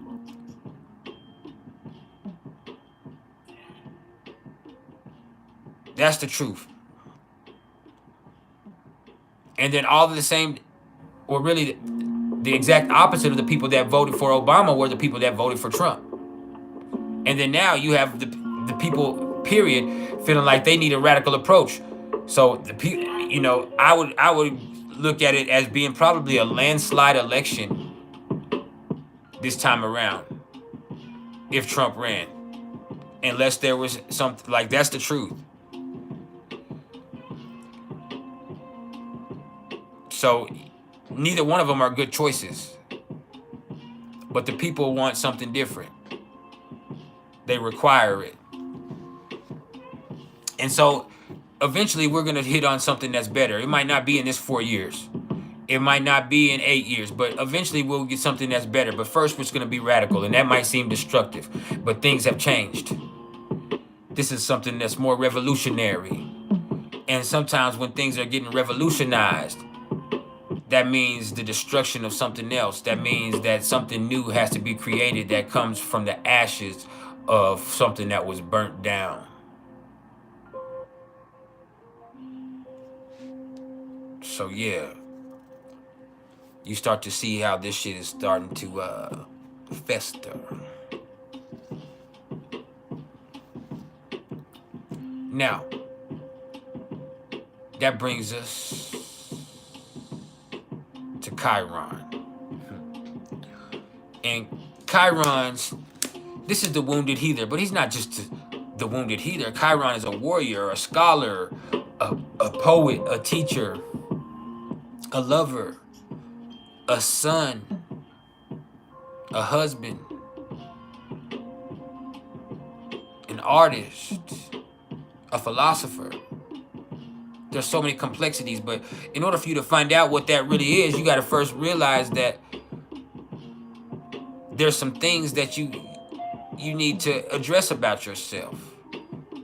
There's some pain that you might need to resolve. There's a wound that might need to be healed. That's why Chiron is called the wounded healer. He was pierced by a poison arrow, and there's no way for them to surgically remove the arrow. So he was given a certain amount of time, like a person who is sick. But instead of him wallowing in that, he helped people. He taught. He spreaded his joy and his light as his light was diminishing in himself. And then his dying wish was to be placed in the stars, so he could bring healing to those and light to those. And so with Chiron, what this represents is an awareness of something that needs to be worked on, or something that needs to be healed, or something that needs to be realized. And that right there allows for accountability. That accountability allows for action. That action helps bring healing into your life. But first you have to be aware that there's certain stuff that has to be addressed. Then you have to hold yourself accountable for wherever the fuck you are. That means being responsible for wherever your feet are in life. See, that's the truth of that. My hat feels crooked. Hold on. That's the truth of that, man. You got to be responsible for wherever your motherfucking feet are in life. Yeah. That takes a certain awareness and accountability. But that also might mean that you just need to give yourself a pat on the back and realize how far you've come, and that helps you have the courage to keep going. Maybe you might need to hold yourself accountable for some shit that you've allowed in your life. See, if somebody's doing you dirty, Yeah, they're responsible for their part in that, but you're also responsible for what you allow. If your life is in a stagnant point, you're also responsible for how you've allowed yourself to get there. If you're in something that's unsatisfactory and you settle for some shit, you're responsible for that shit too. You have allowed that shit. You put that shit into your motherfucking mix, so you got to do something about it. But it takes a certain awareness. That awareness allows for accountability. That accountability allows for action. That right there might end up in a motherfucking confrontation or a conflict, but all that does is allow you to heal something or realize something about yourself or whatever the fuck it is. And that's awesome in its own right. Do you hear me? Yeah.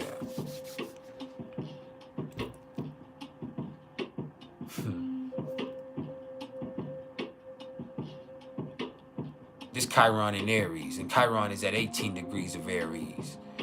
So we have this eclipse coming into a conjunction with Chiron. And we'll talk more about that, but I'm telling you now, this is like a karmic confrontation. This is the universe forcing your hand. The best thing you can do now is be aware of what's coming. That awareness allows for accountability. Accountability allows for action. That action brings healing. Now, how the fuck you feeling?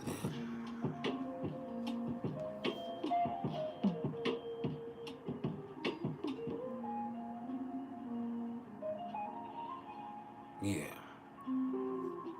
This is priceless knowledge of self. Make sure y'all hit the like button. Make sure y'all subscribe.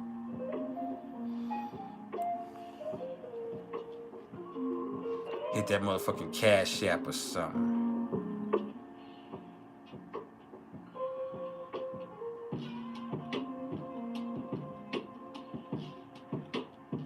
Shout out to Nick Dalton.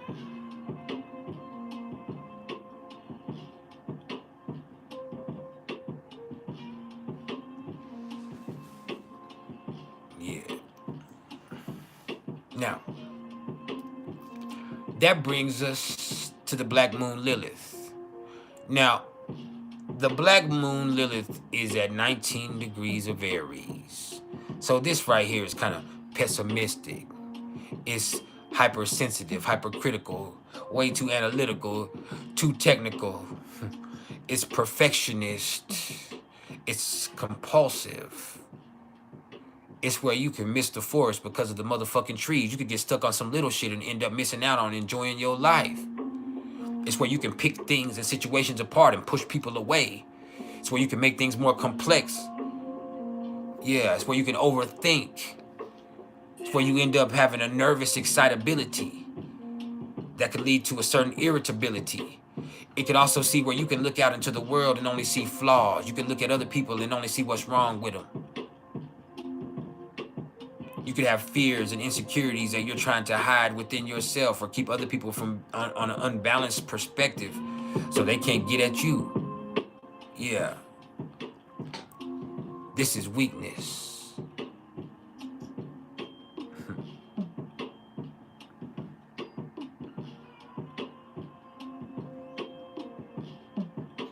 This is weakness. Yeah.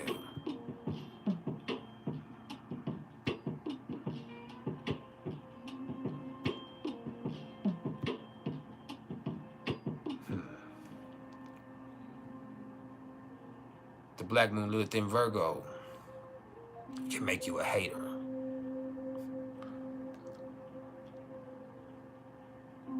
It could also keep you from enjoying a situation or a relationship because you're stuck on some small shit.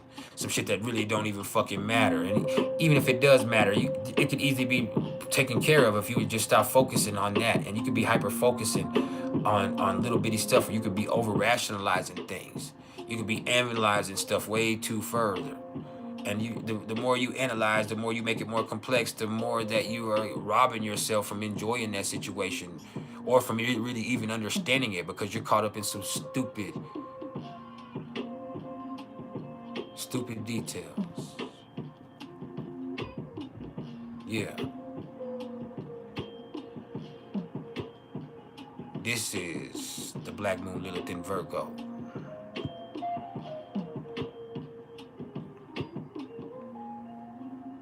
this is where you can look out and see what's wrong with everybody else, but you have a hard time recognizing that you're fucked up too. Oh, you think you better than everybody else? You think you innocent? You think you immune? Nah, that's unhealthy in its own right. Yeah, that's the black moon Lilith in Virgo. That's the truth. Just vibe.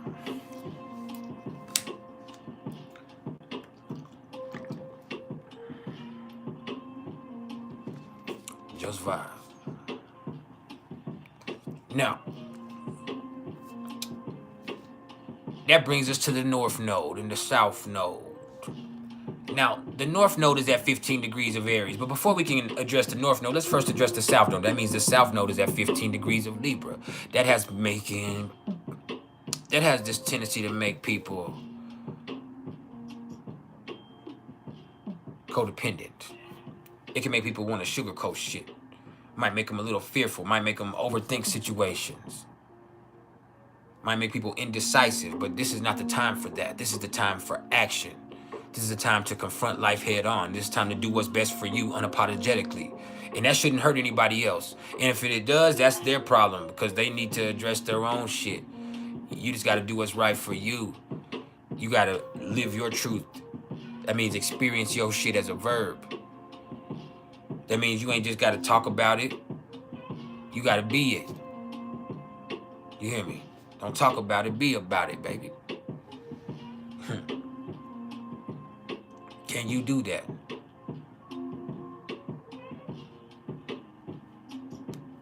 Can you do that? See, the North Node in Aries means be your own honest expression. Be your authentic self. It means be brave in who you are. That means confront life head on. It means stop sugarcoating shit for other people. Stop being so easily influenced. Stop being so easily impressed. Just do what's best for you. And that doesn't mean discard your relationships. You doing what's right for you should never harm your relationship because both of y'all should be doing what's right for yourselves. And that should be the best thing for both of y'all. You got to be honest, though. See, Aries is honest. That's the truth. Maybe it seems like they don't give a fuck. But the truth is, it ain't about you. It's about me. It's about experiencing your truth as a verb, doing what's right for you, regardless of the way that it affects other people, because you doing what's right for you should never hurt anybody else. And if it does, that's their problem. You hear me? That's their motherfucking problem.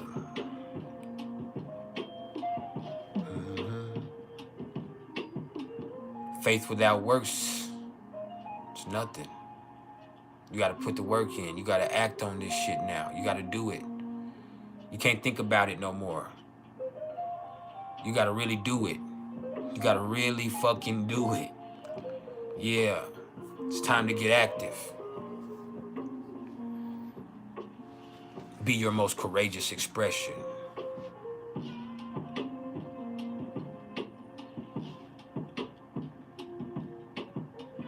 This is what this is.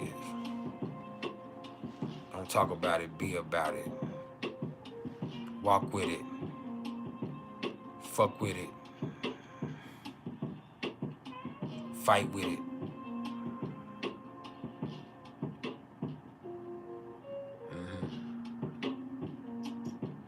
That's what that is.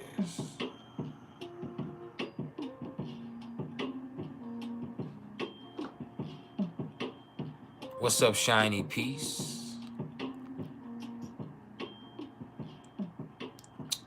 So that brings us to the numerology of the day.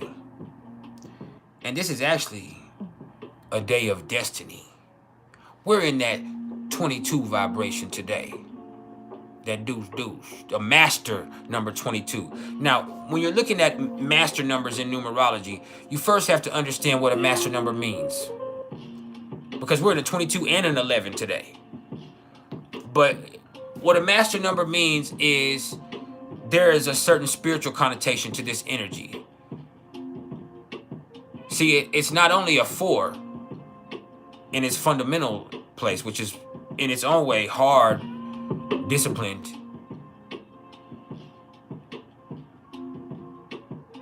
and serious in its own right, but it adds the double 2. So you get a double spiritual dose in its own way, or divine dose, as some would call it, of that 2 energy. So now it makes this right here be about helping people. It's not just about what you're building for your life personally and you dealing with your own shit. It's about how can you, through dealing with your own shit, help other people. How can you build something that lasts beyond just your existence and something that grows with whatever you have put into place? This is a master builder energy. Means this is legacy building. With that 22, that you're trying to do something that has a legacy to it. You hear me? Something that's a gift that keeps on giving.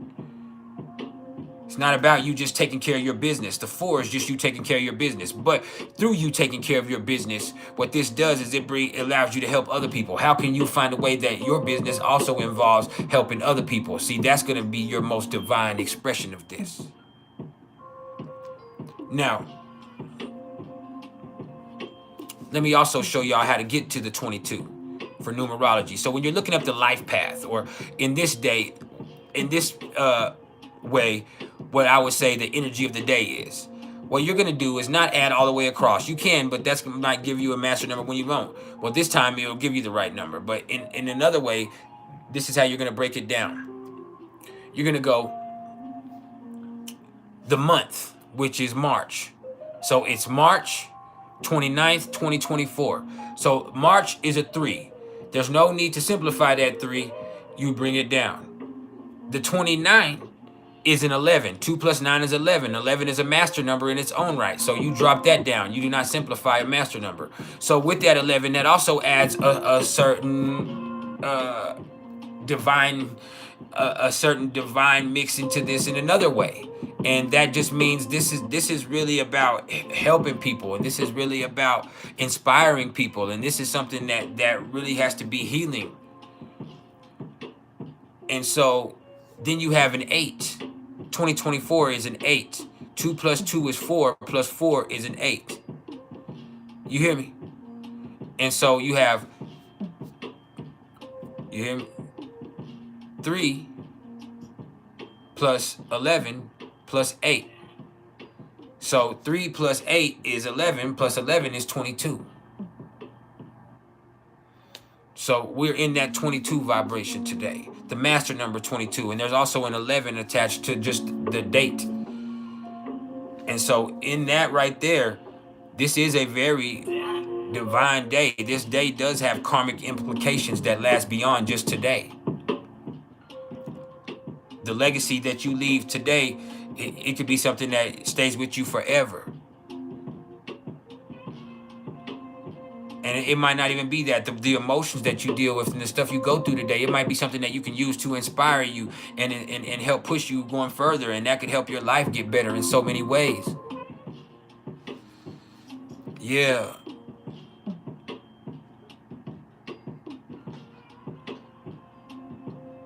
That's the truth for that.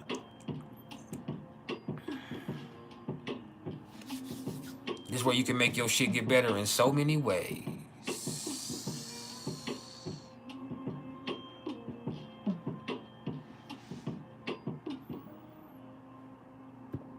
Now,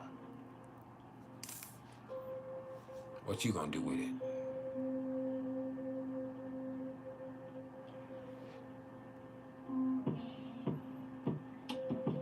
So what we're gonna do now is get into the Priceless top 5 wildest placements in astrology. Now, before I get into it, I need to tell y'all what I mean by wild. What I mean is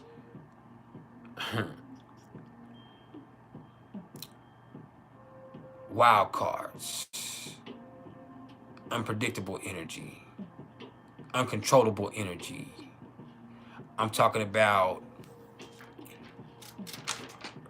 feral energy, raw energy. I'm talking about those renegades, those rebels. Yeah.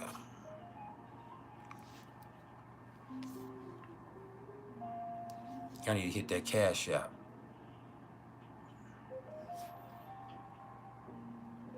That's what you need to do. Now,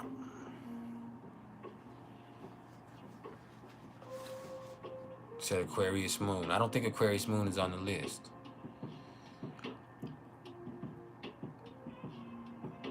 I was gonna do athletic, but athletic is so, to me, that's boring. People, I think somebody said make the most athletic placements.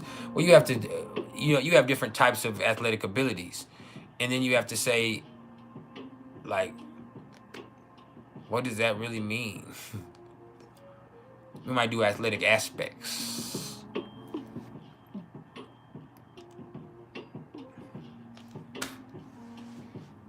But this right here is gonna be fun. I guarantee it.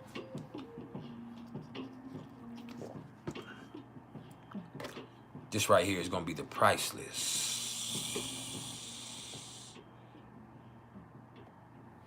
Top 5 wildest placements in astrology. And I don't have any honorable mentions this time.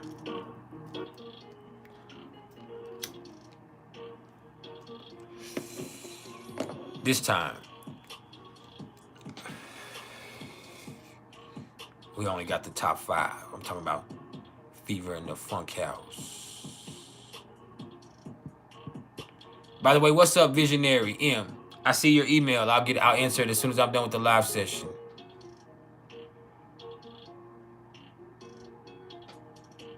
Now,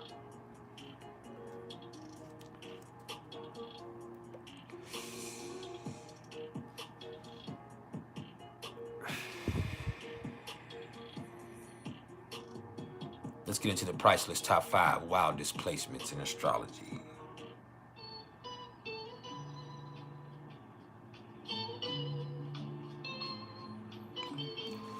Now, I thought somebody said Aquarius moon a few minutes ago, and we're not going to have Aquarius moon, but number 5 on the list of the Priceless top 5 wildest placements in astrology. This is people who have Mars in Aquarius. No, it's Mars in Aquarius, because people who have Mars in Aquarius are visionary revolutionaries. They absolutely have to do things their own way. See, these are the type of people who have made freedom a religion, and they're going to follow it faithfully. Period. That means they're going to do things however the fuck they want to do it, and their actions are going to consistently surprise people. They're not going to do what you expect. Matter of fact, if they feel like you expect some shit, they're going to make sure they do the exact opposite. And if they ever feel boxed in, whether it be by a relationship or a situation or a circumstance, they will rebel. Plain and simple. They will rebel. See, with Mars in Aquarius, their energy just works differently. They're about doing the unexpected. They're about empirical expression. That means they're just gonna try some shit. They're willing to just try some shit. As a matter of fact, that's the best thing to do, is let's just do it completely different every time. And they're stubborn in that. They have a certain stubbornness to them, but they're stubborn in that they're not going to stop how they do it. They're going to always do it differently, because that's always how it's worked for them. But they're usually wildly successful in ways that other people aren't, because they end up coming into situations that only they could be able to get into because they were the only person that was willing to do it differently like that. And it's automatic for them. It's automatic for them. And so it's like boom.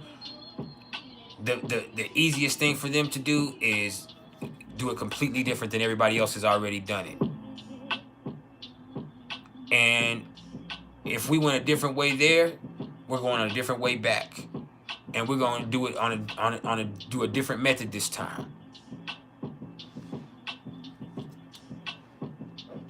And so with them right there, they're just the type of people who have a certain rebelliousness to them. They're naturally trying to rebel against the norm. And the last thing they need is to be boxed in. They will surprise you. They might shock you.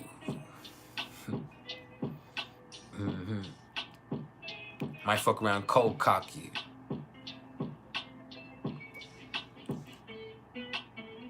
This is Mars in Aquarius. Visionary revolutionaries. Rebels who have to do it their own way. People who have made freedom a religion that they follow faithfully. Yeah. Somebody that can't be boxed in, that won't be boxed in. Might even box you if you try. That's whether it comes to a relationship, a situation, or a circumstance. There's nothing that you can do to make them conform. And all of that is why Mars in Aquarius is number 5 on the list of the priceless top 5 wildest placements in astrology. Now, what'd she say? Yes, I have my member side running yet, Queen Baby Liz. Go hit me up on the member side. Go join. Go join, please. We need that.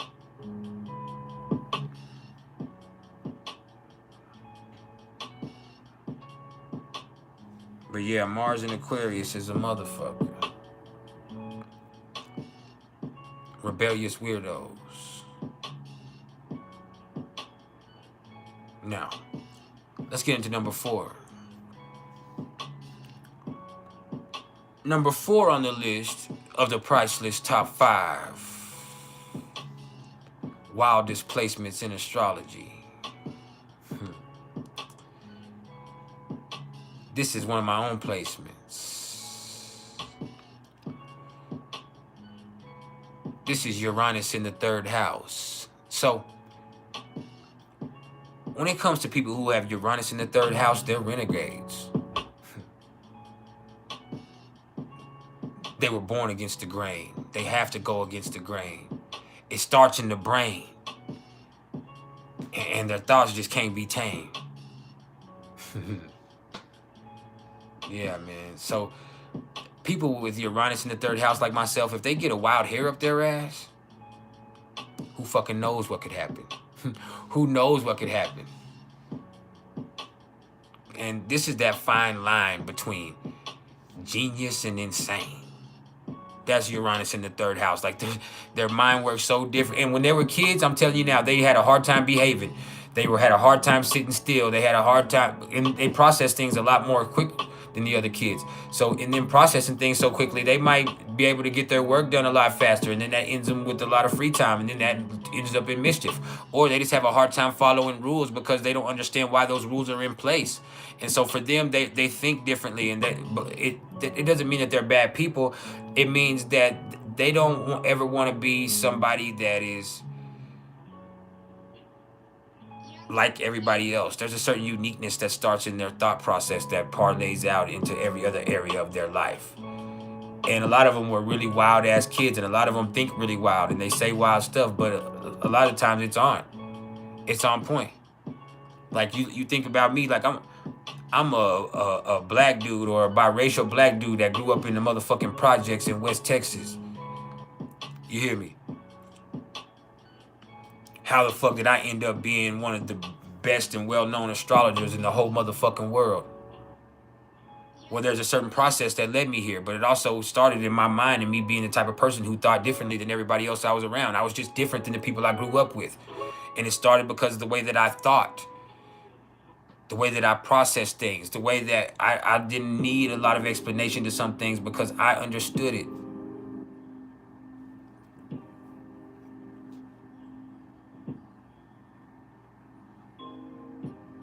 So yeah,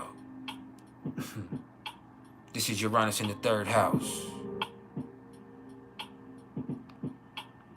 It isn't poetry, but I am poetic. See, people like myself are renegades that have to go against the grain, and it starts in our brain because our thoughts can't be tamed. Do you hear me? Yeah. We're the type of people who, if we get a wild hair up our ass, who knows what can happen? Because we're willing to entertain anything mentally. Yeah.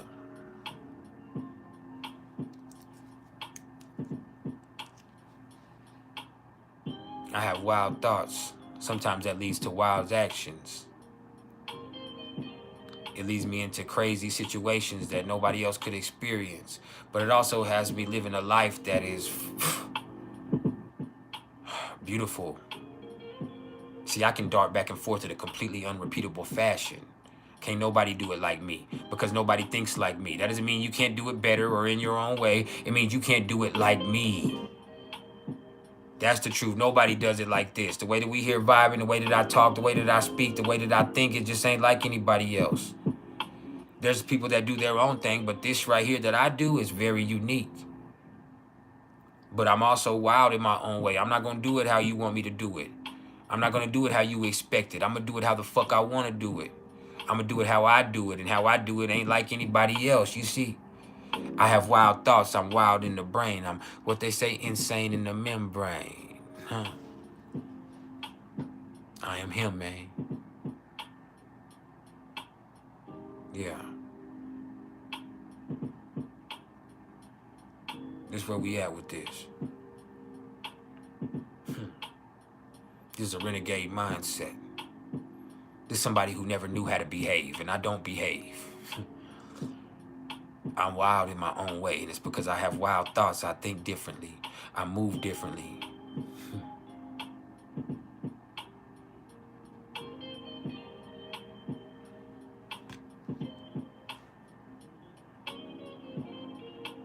This is that fine line between genius and insane, and sometimes I could be on either. Sometimes I'm straddling the motherfucking line.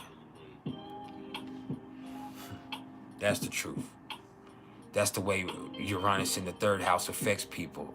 I know a lot of people that are like that, and it's just like, man,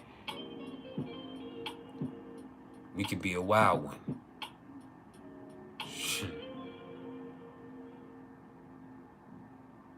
Yeah. That's why Uranus in the 3rd house is number 4 on the list of the Priceless top 5 wildest placements in astrology. Now, let's get to number 3.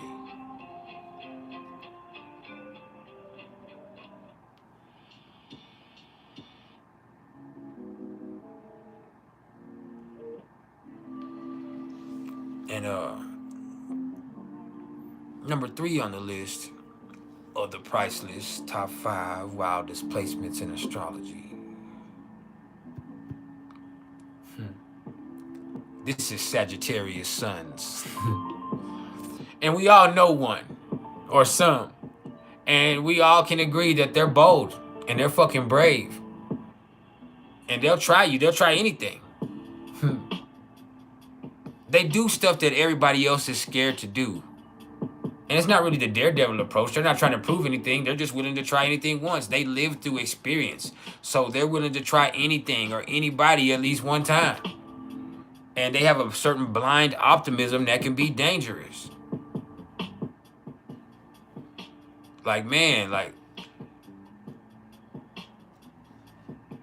If y'all at it and y'all just chilling and one of y'all pulled out some cocaine, if the Sagittarius didn't bring the cocaine, the Sagittarius will do the cocaine. Like, they'll just do it. Like, what the fuck? Sagittarius will do that shit. Sagittarius will fight. They will fight somebody that even if they can't whoop their ass, like, they will just fight. My daughter is a Sagittarius, and I get so mad. Her mom has Mercury and a whole bunch of Sagittarius placements, but I get so mad. And I was raised like that, so I understand it. I have Uranus and Sagittarius in the 3rd house and Saturn in Sagittarius, but I be trying to chill. But my daughter, that's a Sagittarius, she used to be into it when she was in middle school and in high school. And I see her coming in, they're all riled up, her and her mom, and I'm like, they're about to leave. I'm like, where y'all going? She's like, oh, I'm finna take ThE over here. She's finna go fight this girl. I'm like, you're not finna go fight. Like, we're fucking grown. That's ghetto as fuck. We're not finna go do it. She's like, no. She's like, that girl called her out. And she said she's not letting no girl call her out without going to fight. And I'm like, what the fuck? And so, like, I would not go. But I was like, man, there's, like, nothing I could do. Like, and so next thing you know, there'd be fucking some type of video or see something where you see, like, the motherfucker's been fighting. And they might not even win because she didn't win. Some of them might, but they'll fight you. They'll do it. Like, because they'll try you. They go through experience. They try you. They want freedom. They want truth. They want honesty. They want to be honest. Like, there's something about them that's authentic, man. They're bold and they're brave and they do it big every time. Every time. They do it big every time. And so if they decide they're going to go out, they finna get all the way fucked up. They finna get all the way, like, they going to do everything. If you pull out some crack, they doing some crack. Unless they're now here's the thing. This is why they're only number 3. Unless their principles say that they're not going to do something, because that's where they're not as wild. They could be one of the wildest, but if they have grown up a little bit, or if they have certain principles in place, like there's certain shit I just won't do. There's like a line they'll give themselves, like, I just won't cross that line. But any other way, they'll cross it. Like, they'll try just about anything. So there can be a part where it's like, hey, you know what? You know what I'm saying? I'll fuck one of y'all, but it ain't no train going down. You know what I'm saying? Like, it could be like,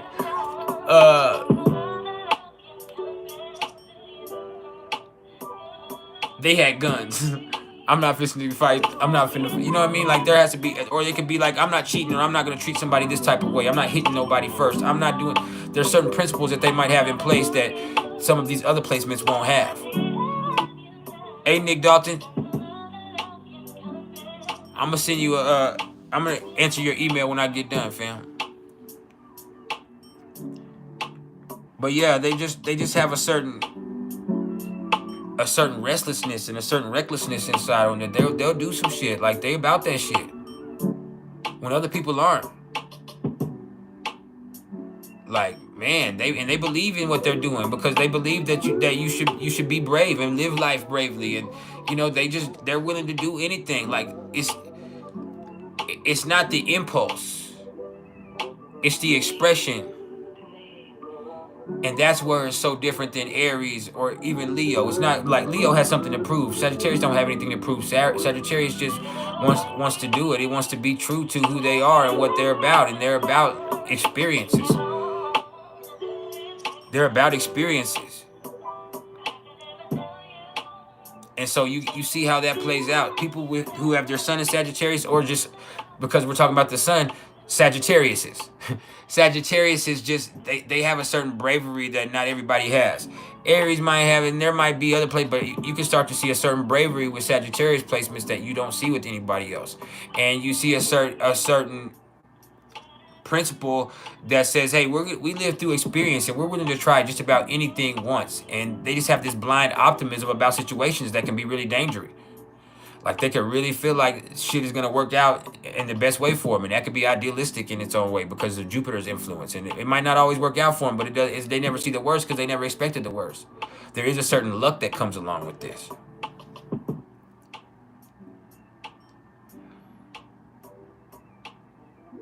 there's definitely a certain luck that comes along with that.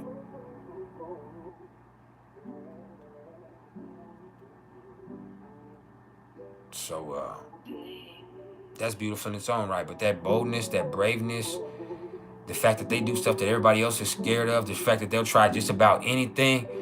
I'm talking about just about anything. That's why Sagittarius are where they are. Like they'll do some shit. Whereas a lot of these other people won't just do it, and Sagittarius does it just to do it because their principle is they do shit. It's not an impulse or a passion behind it. It's like, man, their principle is behind it. I do shit on general principles. I did it because GP. I do it because that's how we do it, motherfucker. That's what Sagittarius do. It's like, I do it because I do it. I'm about that because I'm about that.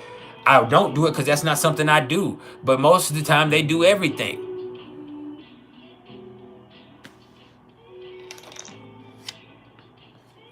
Sagittarius is that type, like, and they can win in situations because they're willing to do it, you know, not do it differently, but they were just willing to do it. They took a chance. They gambled. You really can't win unless you're willing to gamble. So a lot of times they gamble and they win. Sometimes they lose, but they learn a lesson in that, so they keep going.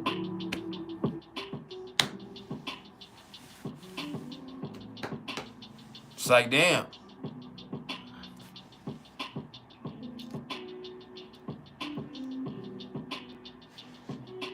I remember my sister, she's a Sagittarius, telling me some crazy drug stories. Like, I was like, bitch, I did drugs, but I didn't do that crazy shit. Like, my sister was like, well, but she's a girl, so it's different. But I'm like, man, fuck that shit.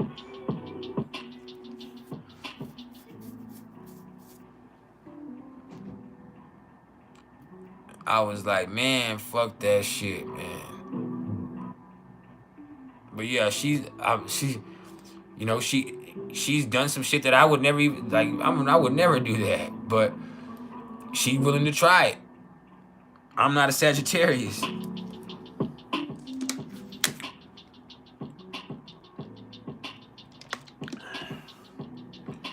But there's so much that can be learned and gained through all of it, though. They are willing to try anything and anybody.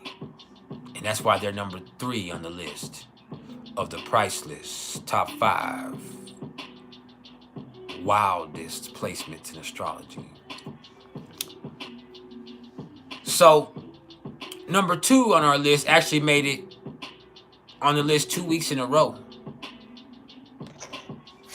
2 lists in a row. And so, number 2 on the list of the of the Priceless top 5 wildest placements in astrology. This is Aries moon. And that's because they're fucking savage. They're impulsive. Their emotions are raw, and they say and do whatever the fuck they feel. That's Aries moon. This is a zest for life that confronts everything head on, motherfucker. And really, in so many words, people who have Aries moons are about that life. These are people who are about that motherfucking life. And whatever you about, they about it. And whatever they about that shit for real. These are people who are about that life. For real. Aries moon people are soldiers, them gangsters. Like, for real, man. Yes, just like Pac, as we've talked about before, like Tupac. Tupac is a Gemini sun, and he has a beautiful artistry. But that Aries moon is what made him that gangster, got him killed.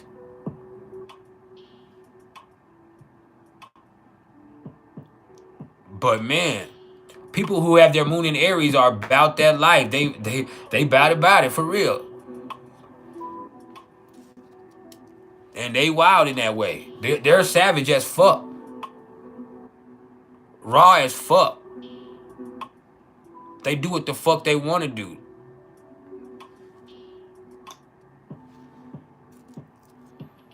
That's scary.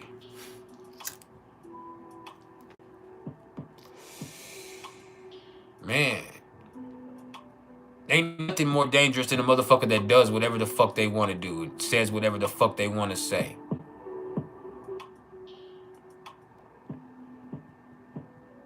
Yeah. There's nothing more dangerous than that. To me, there's also nothing more sexy than that. Yeah, I like that shit. But Aries moons can be somebody who they're a wild card. They fly off the handle. I mean, if you want to once again look at Tupac, you seen at the times that Tupac flew off the handle. You could even see where Tupac was accused of attacking people,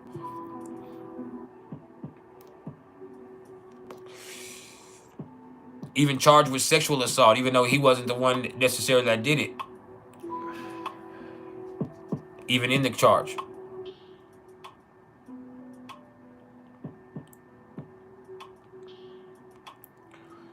the motherfucking Aries moons are wild, man. This is raw emotion. This is impulsive expression. This is savagery. Do you hear me? But they're real. That's another thing about them. You gotta love that. They're fucking real. Realer than you. Realer than you've ever been. Realer than you could ever be. See, Aries moons is some bad motherfuckers, man. Aries moons can be reckless.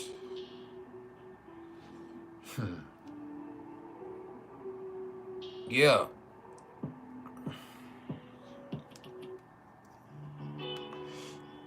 What Cat Williams say? You can say, fuck them niggas on the south side, but you cannot say it on the south side. And that's Aries moons.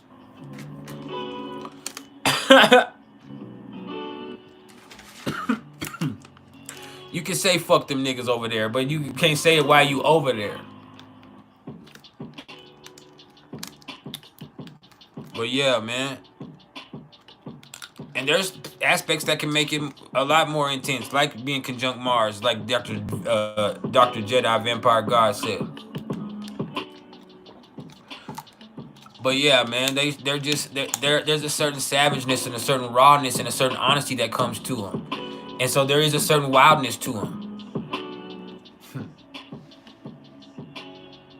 Matter of fact, they can be fucking feral at times, especially sexually. They're fucking feral. Do you know what feral means? Have you ever encountered a feral hog or a feral cat? That shit right there have you in a bind.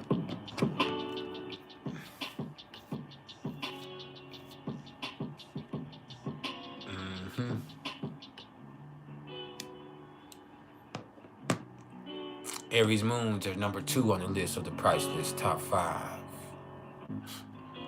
wildest placements in astrology. Now, that brings us to number 1. Does anybody want to guess what number 1 is? If any of the first 5 people guess what number 1 is, I'll give them a free reading all the way around. It won't be half price, it'll be free. So if any of y'all guess what number 1 is, you have to be in the first 5 people that guess though. I'll give you a free reading.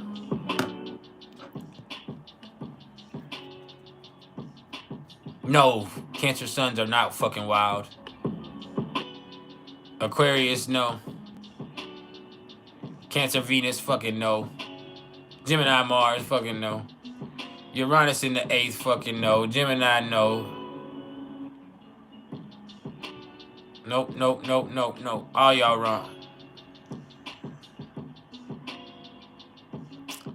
Number 1 on the list of the Priceless top 5 wildest placements in astrology. This is the black moon Lilith in the 1st house. No matter what sign it's in. See, there's something primal about these people. Yeah, they're raw, and they refuse to be tamed, and that's sexy. It's powerful.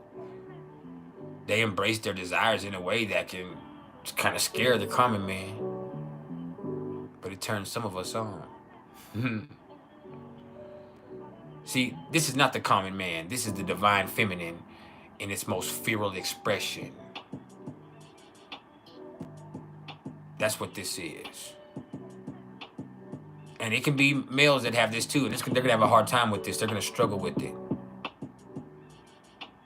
For a female, it could be empowering. But it's either way, it's intense.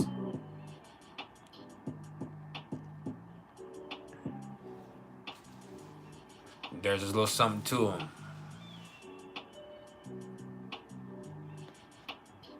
They're not going to act right. They are different. They can even try their hardest to fit in, and there's something inside of them that just wants to be like everybody else, but there's something that people sense in them that really it bothers them. Some people, it's going to attract them and turn them on. They're going to have a certain strong sexual energy to them, but it also can lead them into being abused also. Used, exploited for their body, for their energy, till they can take control of it and realize how powerful it is for themselves, and then they can channel it into a better expression. But until then, they can be wild. They can be the person that just they've been in doing stuff that other people have never done, or other people are scared to do, or other people have too high principles to ever even entertain. They can be that type of person.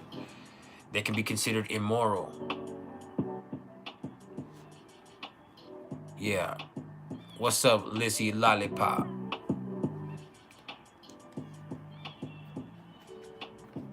Yeah, some people can say they're immoral. Some people can say they're bad. Damn, my hat was crooked than a bitch.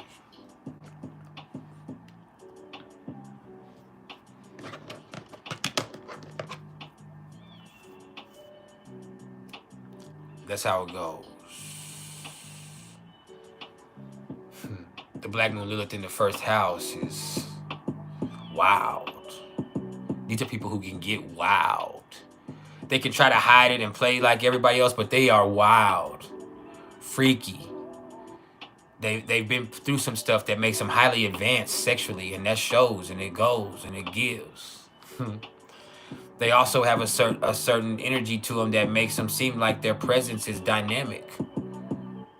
And some people are going to hate that. It's going to make people resent them. But other people, it's going to make them obsessed with them because there's nobody else like them.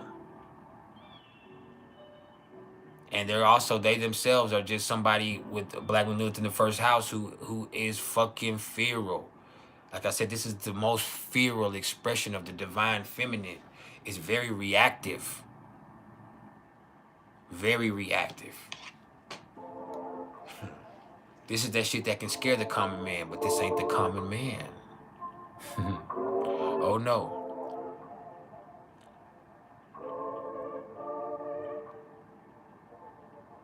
This is the Black Moon Lilith in the first house. This is why it's #1 on our list of the Priceless top 5 wildest placements in astrology. Now, I'm going to give a quick run back through in just a second, and then we'll open the floor for questions for a few minutes. I got 30 more minutes I can be here, and then we got to go. But what we got to do first is give a quick review. All right. Am I high right now? I definitely ain't low. Yeah.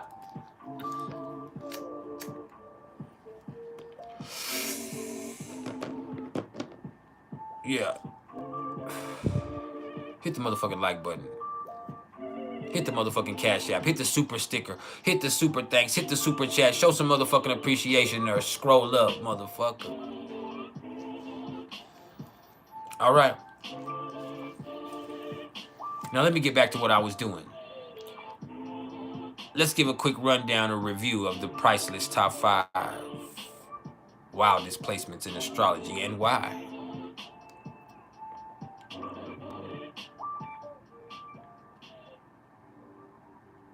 So, number 5 on our list, Fever in the Funk House, fish and bread that kept the poor man fed. was Mars in Aquarius. Because Mars in Aquarius people are visionary revolutionaries. They absolutely have to do things their own way.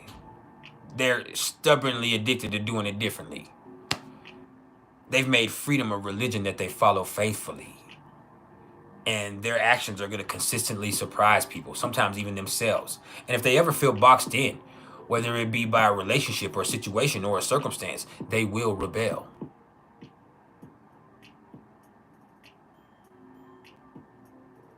Yeah. This is rebellion. It's where somebody's tending to revolutionize things, invent new methods, blaze new trails. All of that is why Mars in Aquarius was number 5 on our list of the Priceless top 5 wildest placements in astrology. Now, number 4. Number 4 on the list of the Priceless top 5 wildest placements in astrology.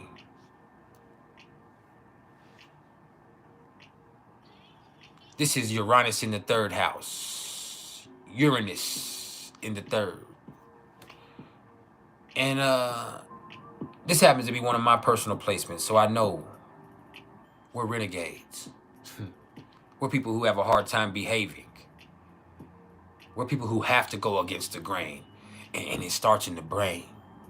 Because our thoughts, they can't be tamed. So we're the type of people, if we get a wild hair up our ass, then who knows what could happen. This is that fine line between genius and insane. Do you hear me?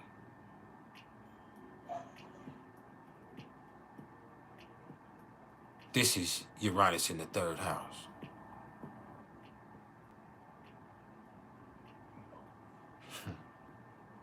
They're people who do not behave. They're people who probably, they process things so quickly and so differently than everybody else that they really move against the norm all the time. They're always moving against the grain. I know that. I do that. I'm going to go for the underdog every time. I'm going to choose to be different than everybody else. I'm going to do it my fucking way. And nobody can do it my way. People can do it their way, and they might even be better than my way, but nobody can do it like this. And ain't nobody ever going to be able to do it like this. And with me, I ain't going to never do what you want me to do. I do what I want to do, how I want to do it, when I want to do it, where I want to do it. And that hasn't always helped me. But now in my life, as I've gotten older, it does, because I've carved out my own lane. I've carved out my own fucking lane. I'm able to do things completely differently now.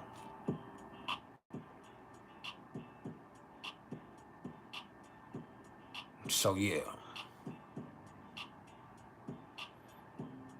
Uranus in the 3rd house is number 4 on the list of the Priceless top 5 wildest placements in astrology. Now, that brings us to number 3. Numero 3. Number 3 on the list of the Priceless top 5 wildest placements in astrology. These are Sagittarius suns. And we all know one. Maybe even some. They're bold. They're fucking brave. And they do the shit that everybody else is scared to do. They live life through experience, so they're willing to try anything or anybody at least once. The only thing that they don't do are the self-principles that they've established where they say, hey, that's a line I'm not going to cross. But they don't have many of those. They have a certain blind optimism that can be dangerous.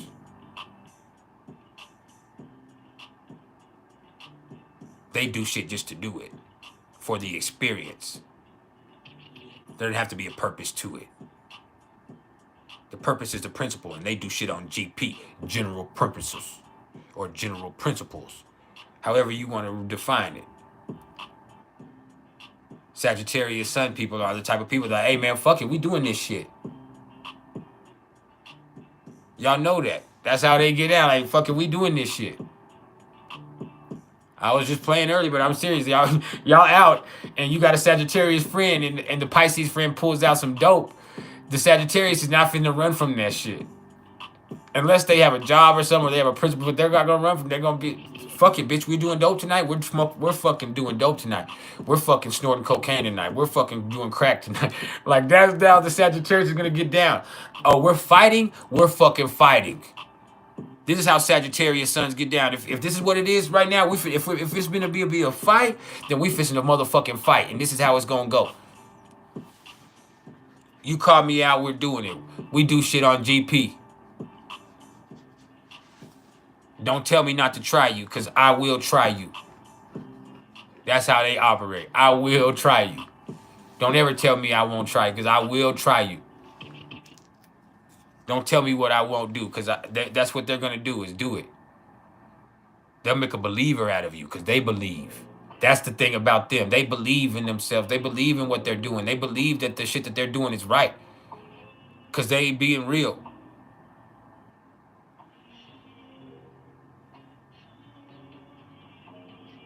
Like, that shit crazy. Like, they're the type that really can put themselves into a situation that they might not even be able to handle because they were so blind in their optimism, or they were so brave in their approach, that all of a sudden they have some shit that's out of control. They don't know when to stop. See, that's the problem with it. And then also they're only number 3 because their principles can get in the way sometimes, or the principles can limit them if they allow them to. They can say, hey, that's something I'm not going to do. They can establish something as a principle that, hey, that's a line I'm not going to cross. That's something I won't ever do. But other than that, they're willing to try just about anything or anybody. And when they were young, they probably had a certain wildness to them, and you might not have never known it. Or in certain situations, when they get to a certain age where they want to try different things, and they want to learn about life through experiences, and so they're willing to do and experience things and gamble in ways that other people aren't willing to, and that is a certain wildness. So that right there is why Sagittarius sons are number 3 on the list of the Priceless top 5 wildest placements in astrology. Now, that brings us to number 2. Numero dos. Number 2 on the list of the Priceless top 5 wildest placements in astrology is Aries moons. Because they're savage, they're impulsive. Their emotions are raw, and they say and do whatever the fuck they feel. And they have a zest for life that confronts everything head on. And these are people who are about that life, period. Period. They are about that life. They about that action.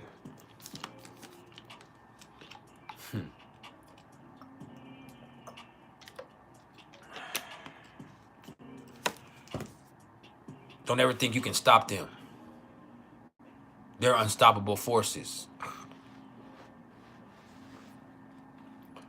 They killed Tupac Shakur almost 30 years ago. It's going on 28 years this year, and they still ain't stopped him. He's dead, they still ain't stopped him. To this day.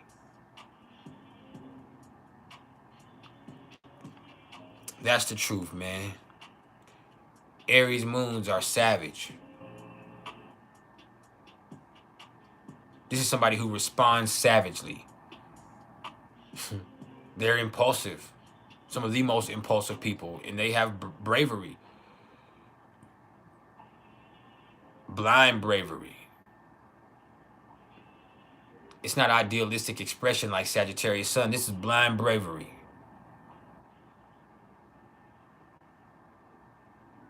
There's not a reason behind it. There's not a principle that they stand on. It's not even just for GP. It's just impulse. It's raw. It's visceral. It's confrontational.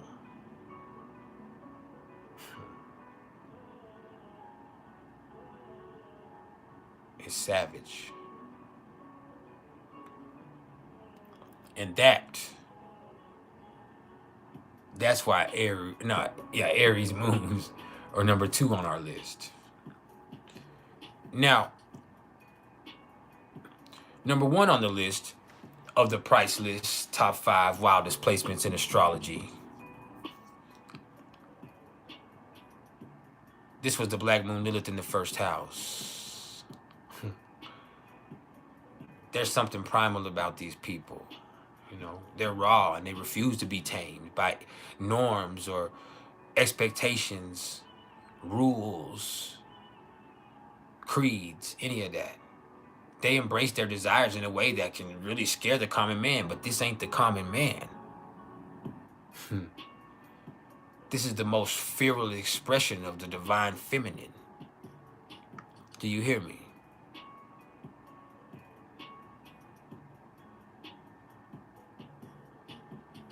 This is the Black Moon Lilith in the first house. This is number 1 on the list of the Priceless top 5 wildest placements in astrology. And there are lots more, and there's things that can aspect this that can make it worse or make it better, but these are ones that I knew people would resonate with in a general sense, and it came from at least 5 different approaches, which is how I like to do. And I'm definitely not tired at any way, form, or fashion. I'm high. My eyes are low. But I ain't tired. I feel great. I have felt great all day. But I have Venus on my Jupiter in my 6th house, so I should feel great. I feel fan-fucking-tastic. Thank you. Thank you, thank you. Hey, the floor is open for questions now for a little bit. We got 20 minutes, 18 minutes, and then I gotta go. So let's make it count. The floor is open for 18 more minutes. Respect my energy. Hit that CashApp. Hit that Venmo. Hit that super sticker, that super thanks, that super chat. Even for y'all that have joined the channel and our moderators, y'all need to hit it up too.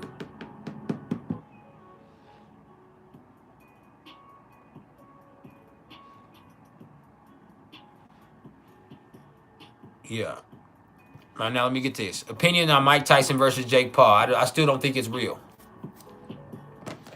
I just don't think it's a real fight.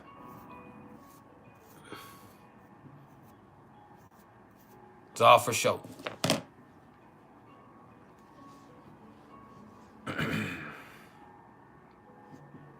Now, you said Sinistry, Smoldering Embers. You said born a few years apart and both have Mars at 23 degrees of Virgo. I mean, I would have to know more about them, but that's going to make them pick at each other, cause issues with them. There might be some passion between them because they both picky and like what they like, but there's also, and they're willing to serve each other and give each other what I would call that perfect shit. But at the same time, I would say that they could pick each other apart and nitpick in ways that create friction between them and create issues.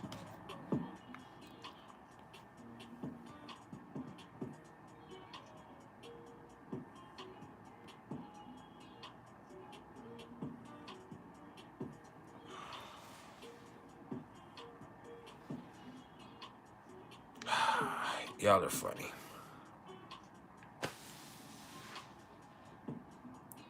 You said, how do you navigate when you got Taurus Sun and Aries, Venus, Jupiter, Mercury? Channel that Taurus Sun. Calm down. Calm yourself down and make sure that you everything you're doing is worth it. And all the energy that you're expelling is worth it. Assess that allows you to place and assess value with every situation that Taurus Sun does. AA, you said, can Black Moon Lilith in the 7th house make others think you are wild? No, you can make other people wild. I mean, I guess so, but I would think maybe the 10th house would be that, but I would think you can make other people wild more. You make other people wild and act out of character.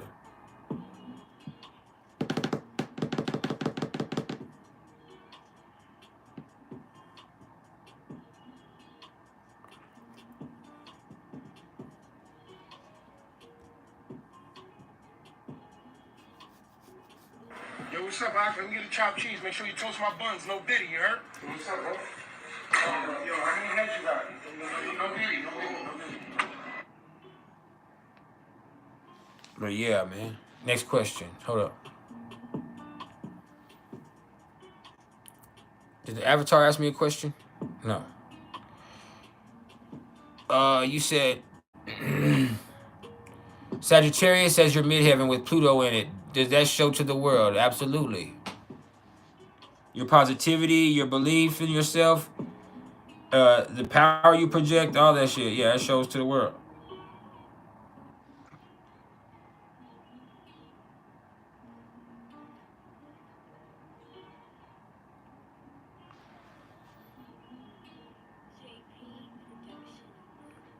Who's fog?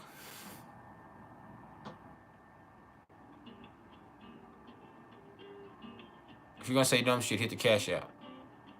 Or get the fuck off the chat. You said you think it's a wonderful, beautiful thing when people marry their parole officer. What the fuck? Where did that come from? See? You started to say some law enforcement shit, Dr. Jedi Vampire King. I might have to move around.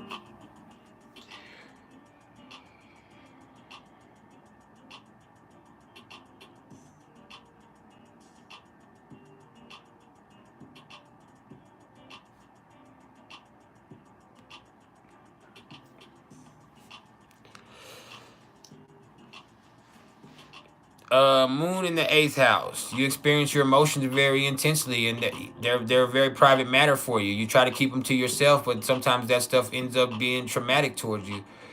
Uh, you you just feel everything on a deeper level than most people, and so because of that, you have to find some type of way to control it before it makes you constantly show a different side of yourself to everybody.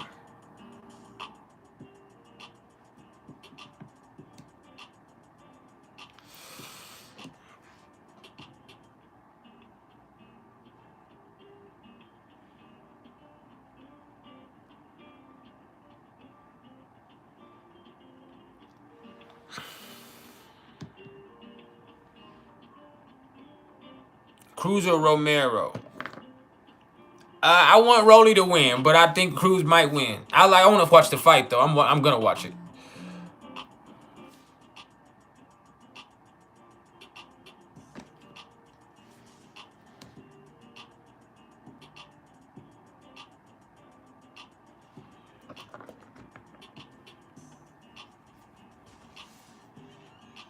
But yeah, all of that.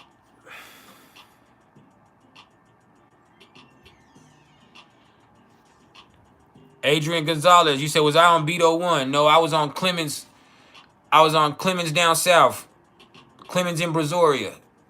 Burn in hell. You know what I'm talking about? Clemens in Brazoria County, not Beto 1, no. Cuz. I was on Clemens in Brazoria. I was on punk ass Formby. Then I was on Clemens in Brazoria. And then I got out through Hamilton on that FI5. FI6. My bad, FI6. And then I came back through and was on Robertson.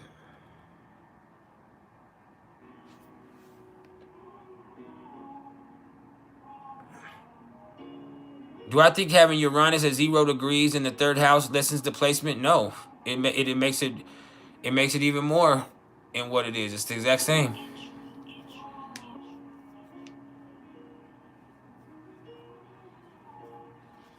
No, I haven't.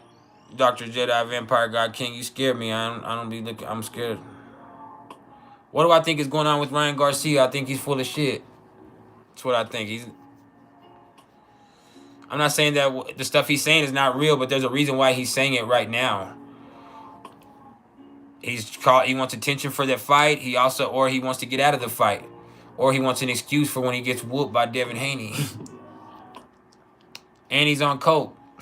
He's coked up now. Ryan is Ryan, but Ryan Garcia is on coke now. All of that shit.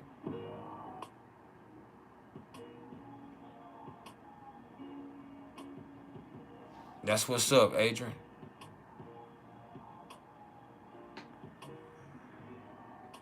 That's what's up. Good to see any of us free.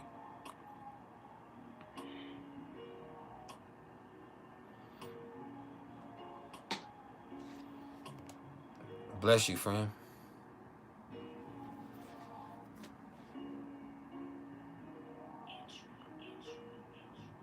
Yeah, Tim Zoo. I want Tim Zoo to win because I want Errol Spence to fight Tim Zoo or one of them. Errol Spence or Crawford is going to, and then Errol's going to fight the other champion, and then they're going to have a rematch at 154. Watch, and make more money after it. We'll see what happens though. But that's what I predict.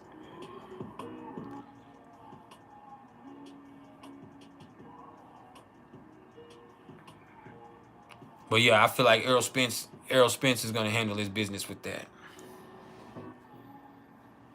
I hope he does anyway. Shout out to EJ.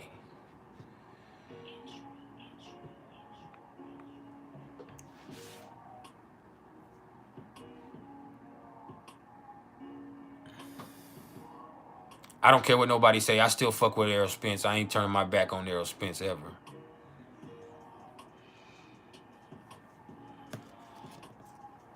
He just got his ass whooped. We all do. I done got my ass whooped a lot of times.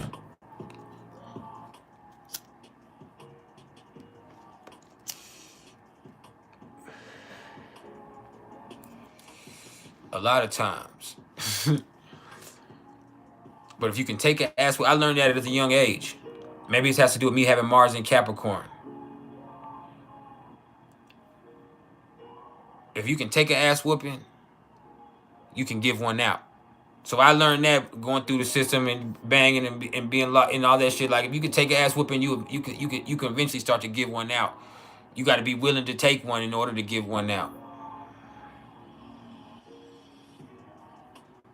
And so, you know, I always had a big mouth. I always looked the way I look.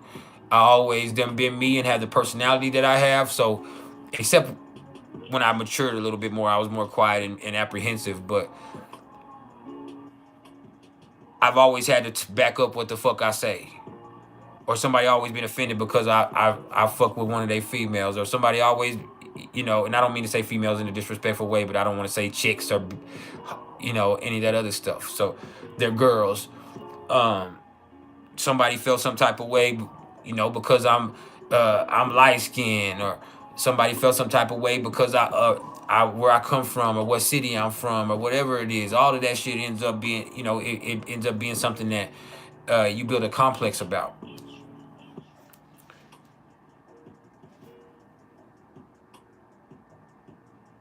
And so, just fighting, hell nah, clean. I love all people, but that's not what I'm attracted to. I would never.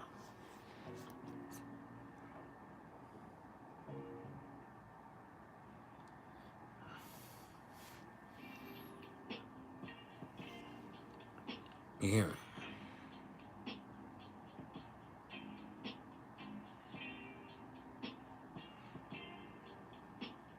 I don't know what Dr. Jedi Vampire got King and this just scared the shit out of me. They the feds. State somebody. Shit. Probation officer.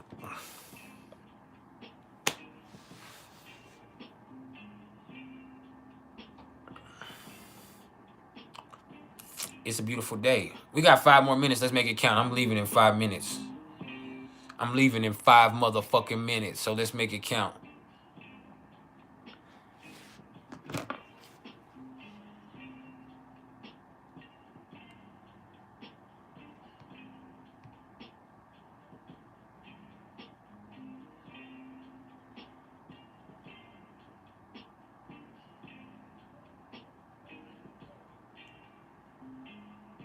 Shit crazy.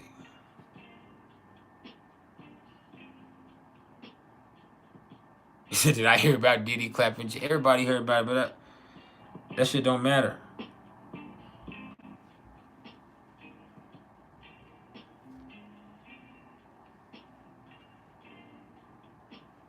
Shit crazy, man.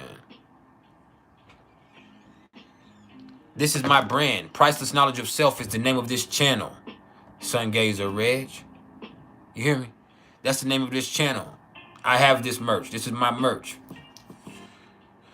I have these hats made. I don't make them myself. I was gonna say I make them, but I don't make them myself. I pay for them to get made. I have lots of different styles.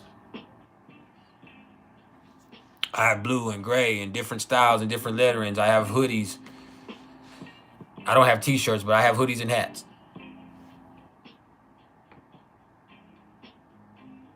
This is priceless knowledge of self. You can't look it up. You gotta hit me up. I sell it myself. You gotta hit me up. But you can look up priceless knowledge of self on this channel on YouTube, and you can see the thousands of people that are here, this channel that you're watching right now.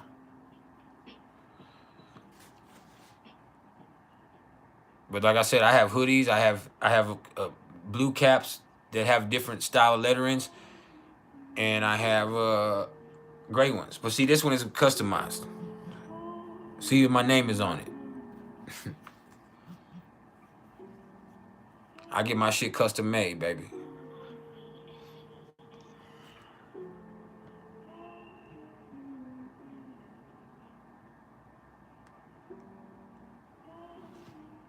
Custom made.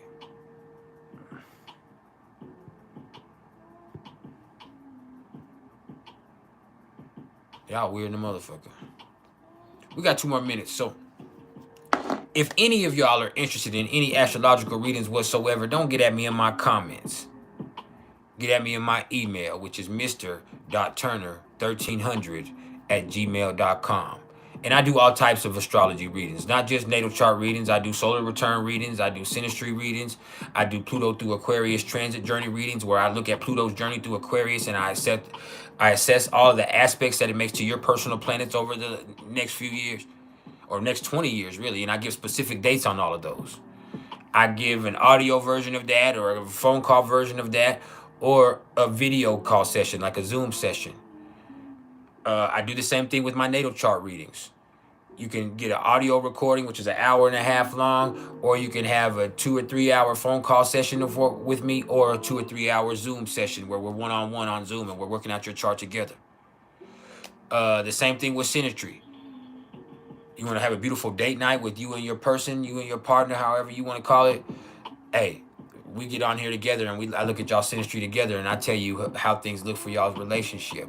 Or you can get at me and you want to know how I would look at the energetic involvement between y'all. I can look and assess y'all's relationship from my standpoint also, and give you a personal assessment.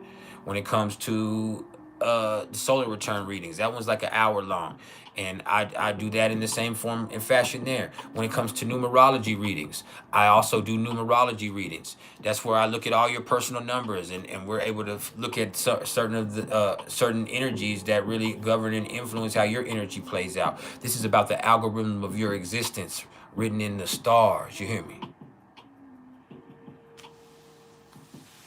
So yeah.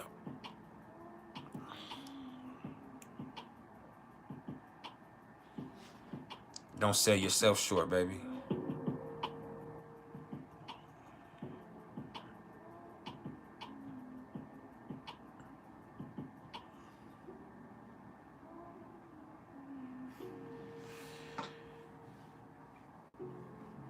Yeah. Shout out to Grayson from the powers of Grayskull.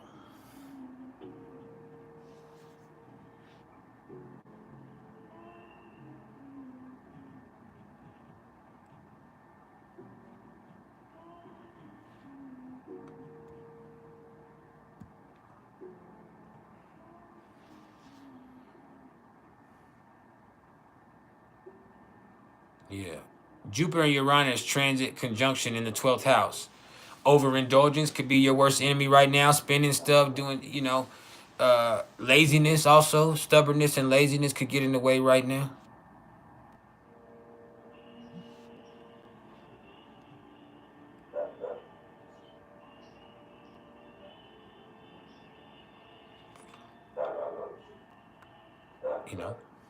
That is what it is.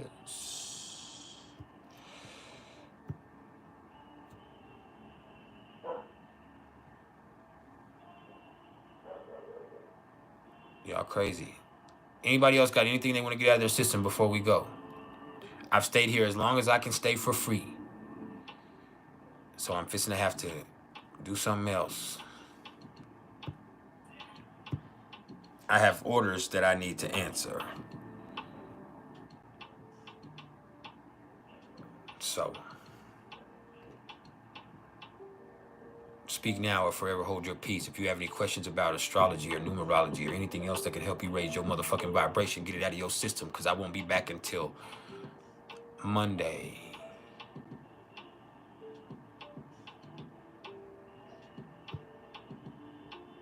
You said Lilith conjunct rising in partner's 12th house.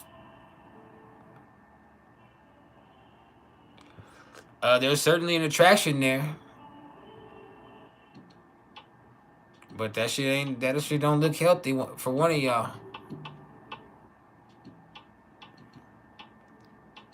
That's the truth.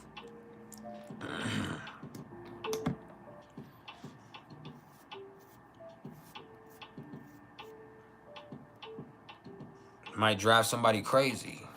I'm talking about out of their mind.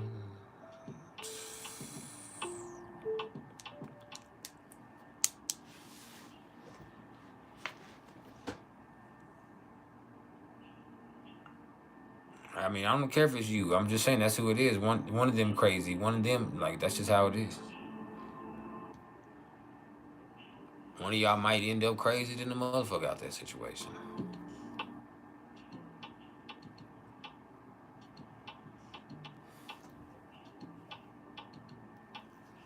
What do I think of people who say card reading is not godly? I think that that's I don't really know, because I believe that's a different way for them to be in touch with their own understanding of the divine, and I think that has become something that restrictive, and I don't think that them trying to place boundaries on somebody's relationship with the divine or with God is something that's very godly in its own right. So for somebody to say something isn't godly that somebody else's does, that they're using as a form of divination, is ungodly in its own right, and it's discriminatory.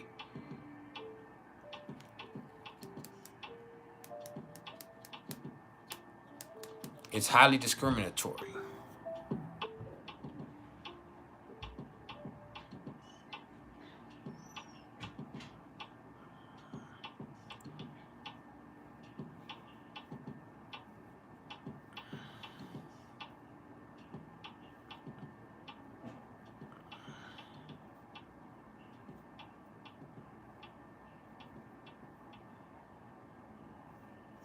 It's crazy, ain't it? I wonder how many views we're gonna get at the end of this. I'll post it. How many views do you think we got today? What the fuck wrong with you?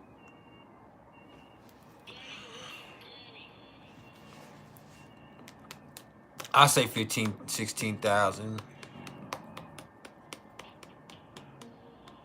13 at the least. Anywhere between 13 and 20. Love life. You said your son has 5 planets in Scorpio in the 7th house and he's stubborn as shit. That's all. Shit, he's also gonna be controlling and fucking obsessive than the motherfucker.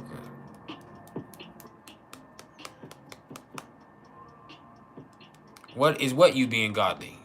Clean? Is what being godly? Do I think the blacks are oppressed? No. They have been, but they're not now.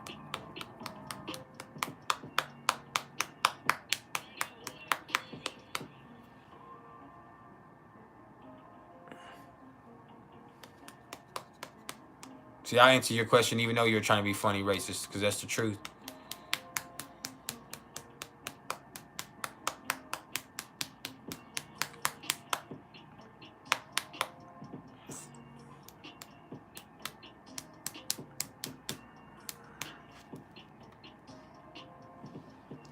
Any more questions?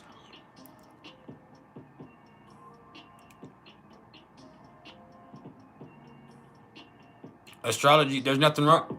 Astrology is not something that's a religious sect or, a religious practice or a spiritual sect. I just said this earlier. A lot of people don't understand that.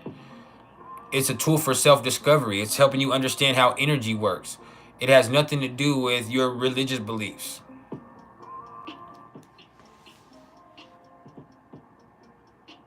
You're not worshiping anything. It's helping you understand yourself and understand how your energy works and understand how life works and understand how situations played out and why they played out and what triggering points can be, and understanding all of that shit. It's not a spiritual practice. Astrology is not the same as tarot card reading. But tarot card reading, that is more of a form of divination. Ooh. That yawn came out of nowhere. So, hey, I love y'all. We finna go. See y'all later.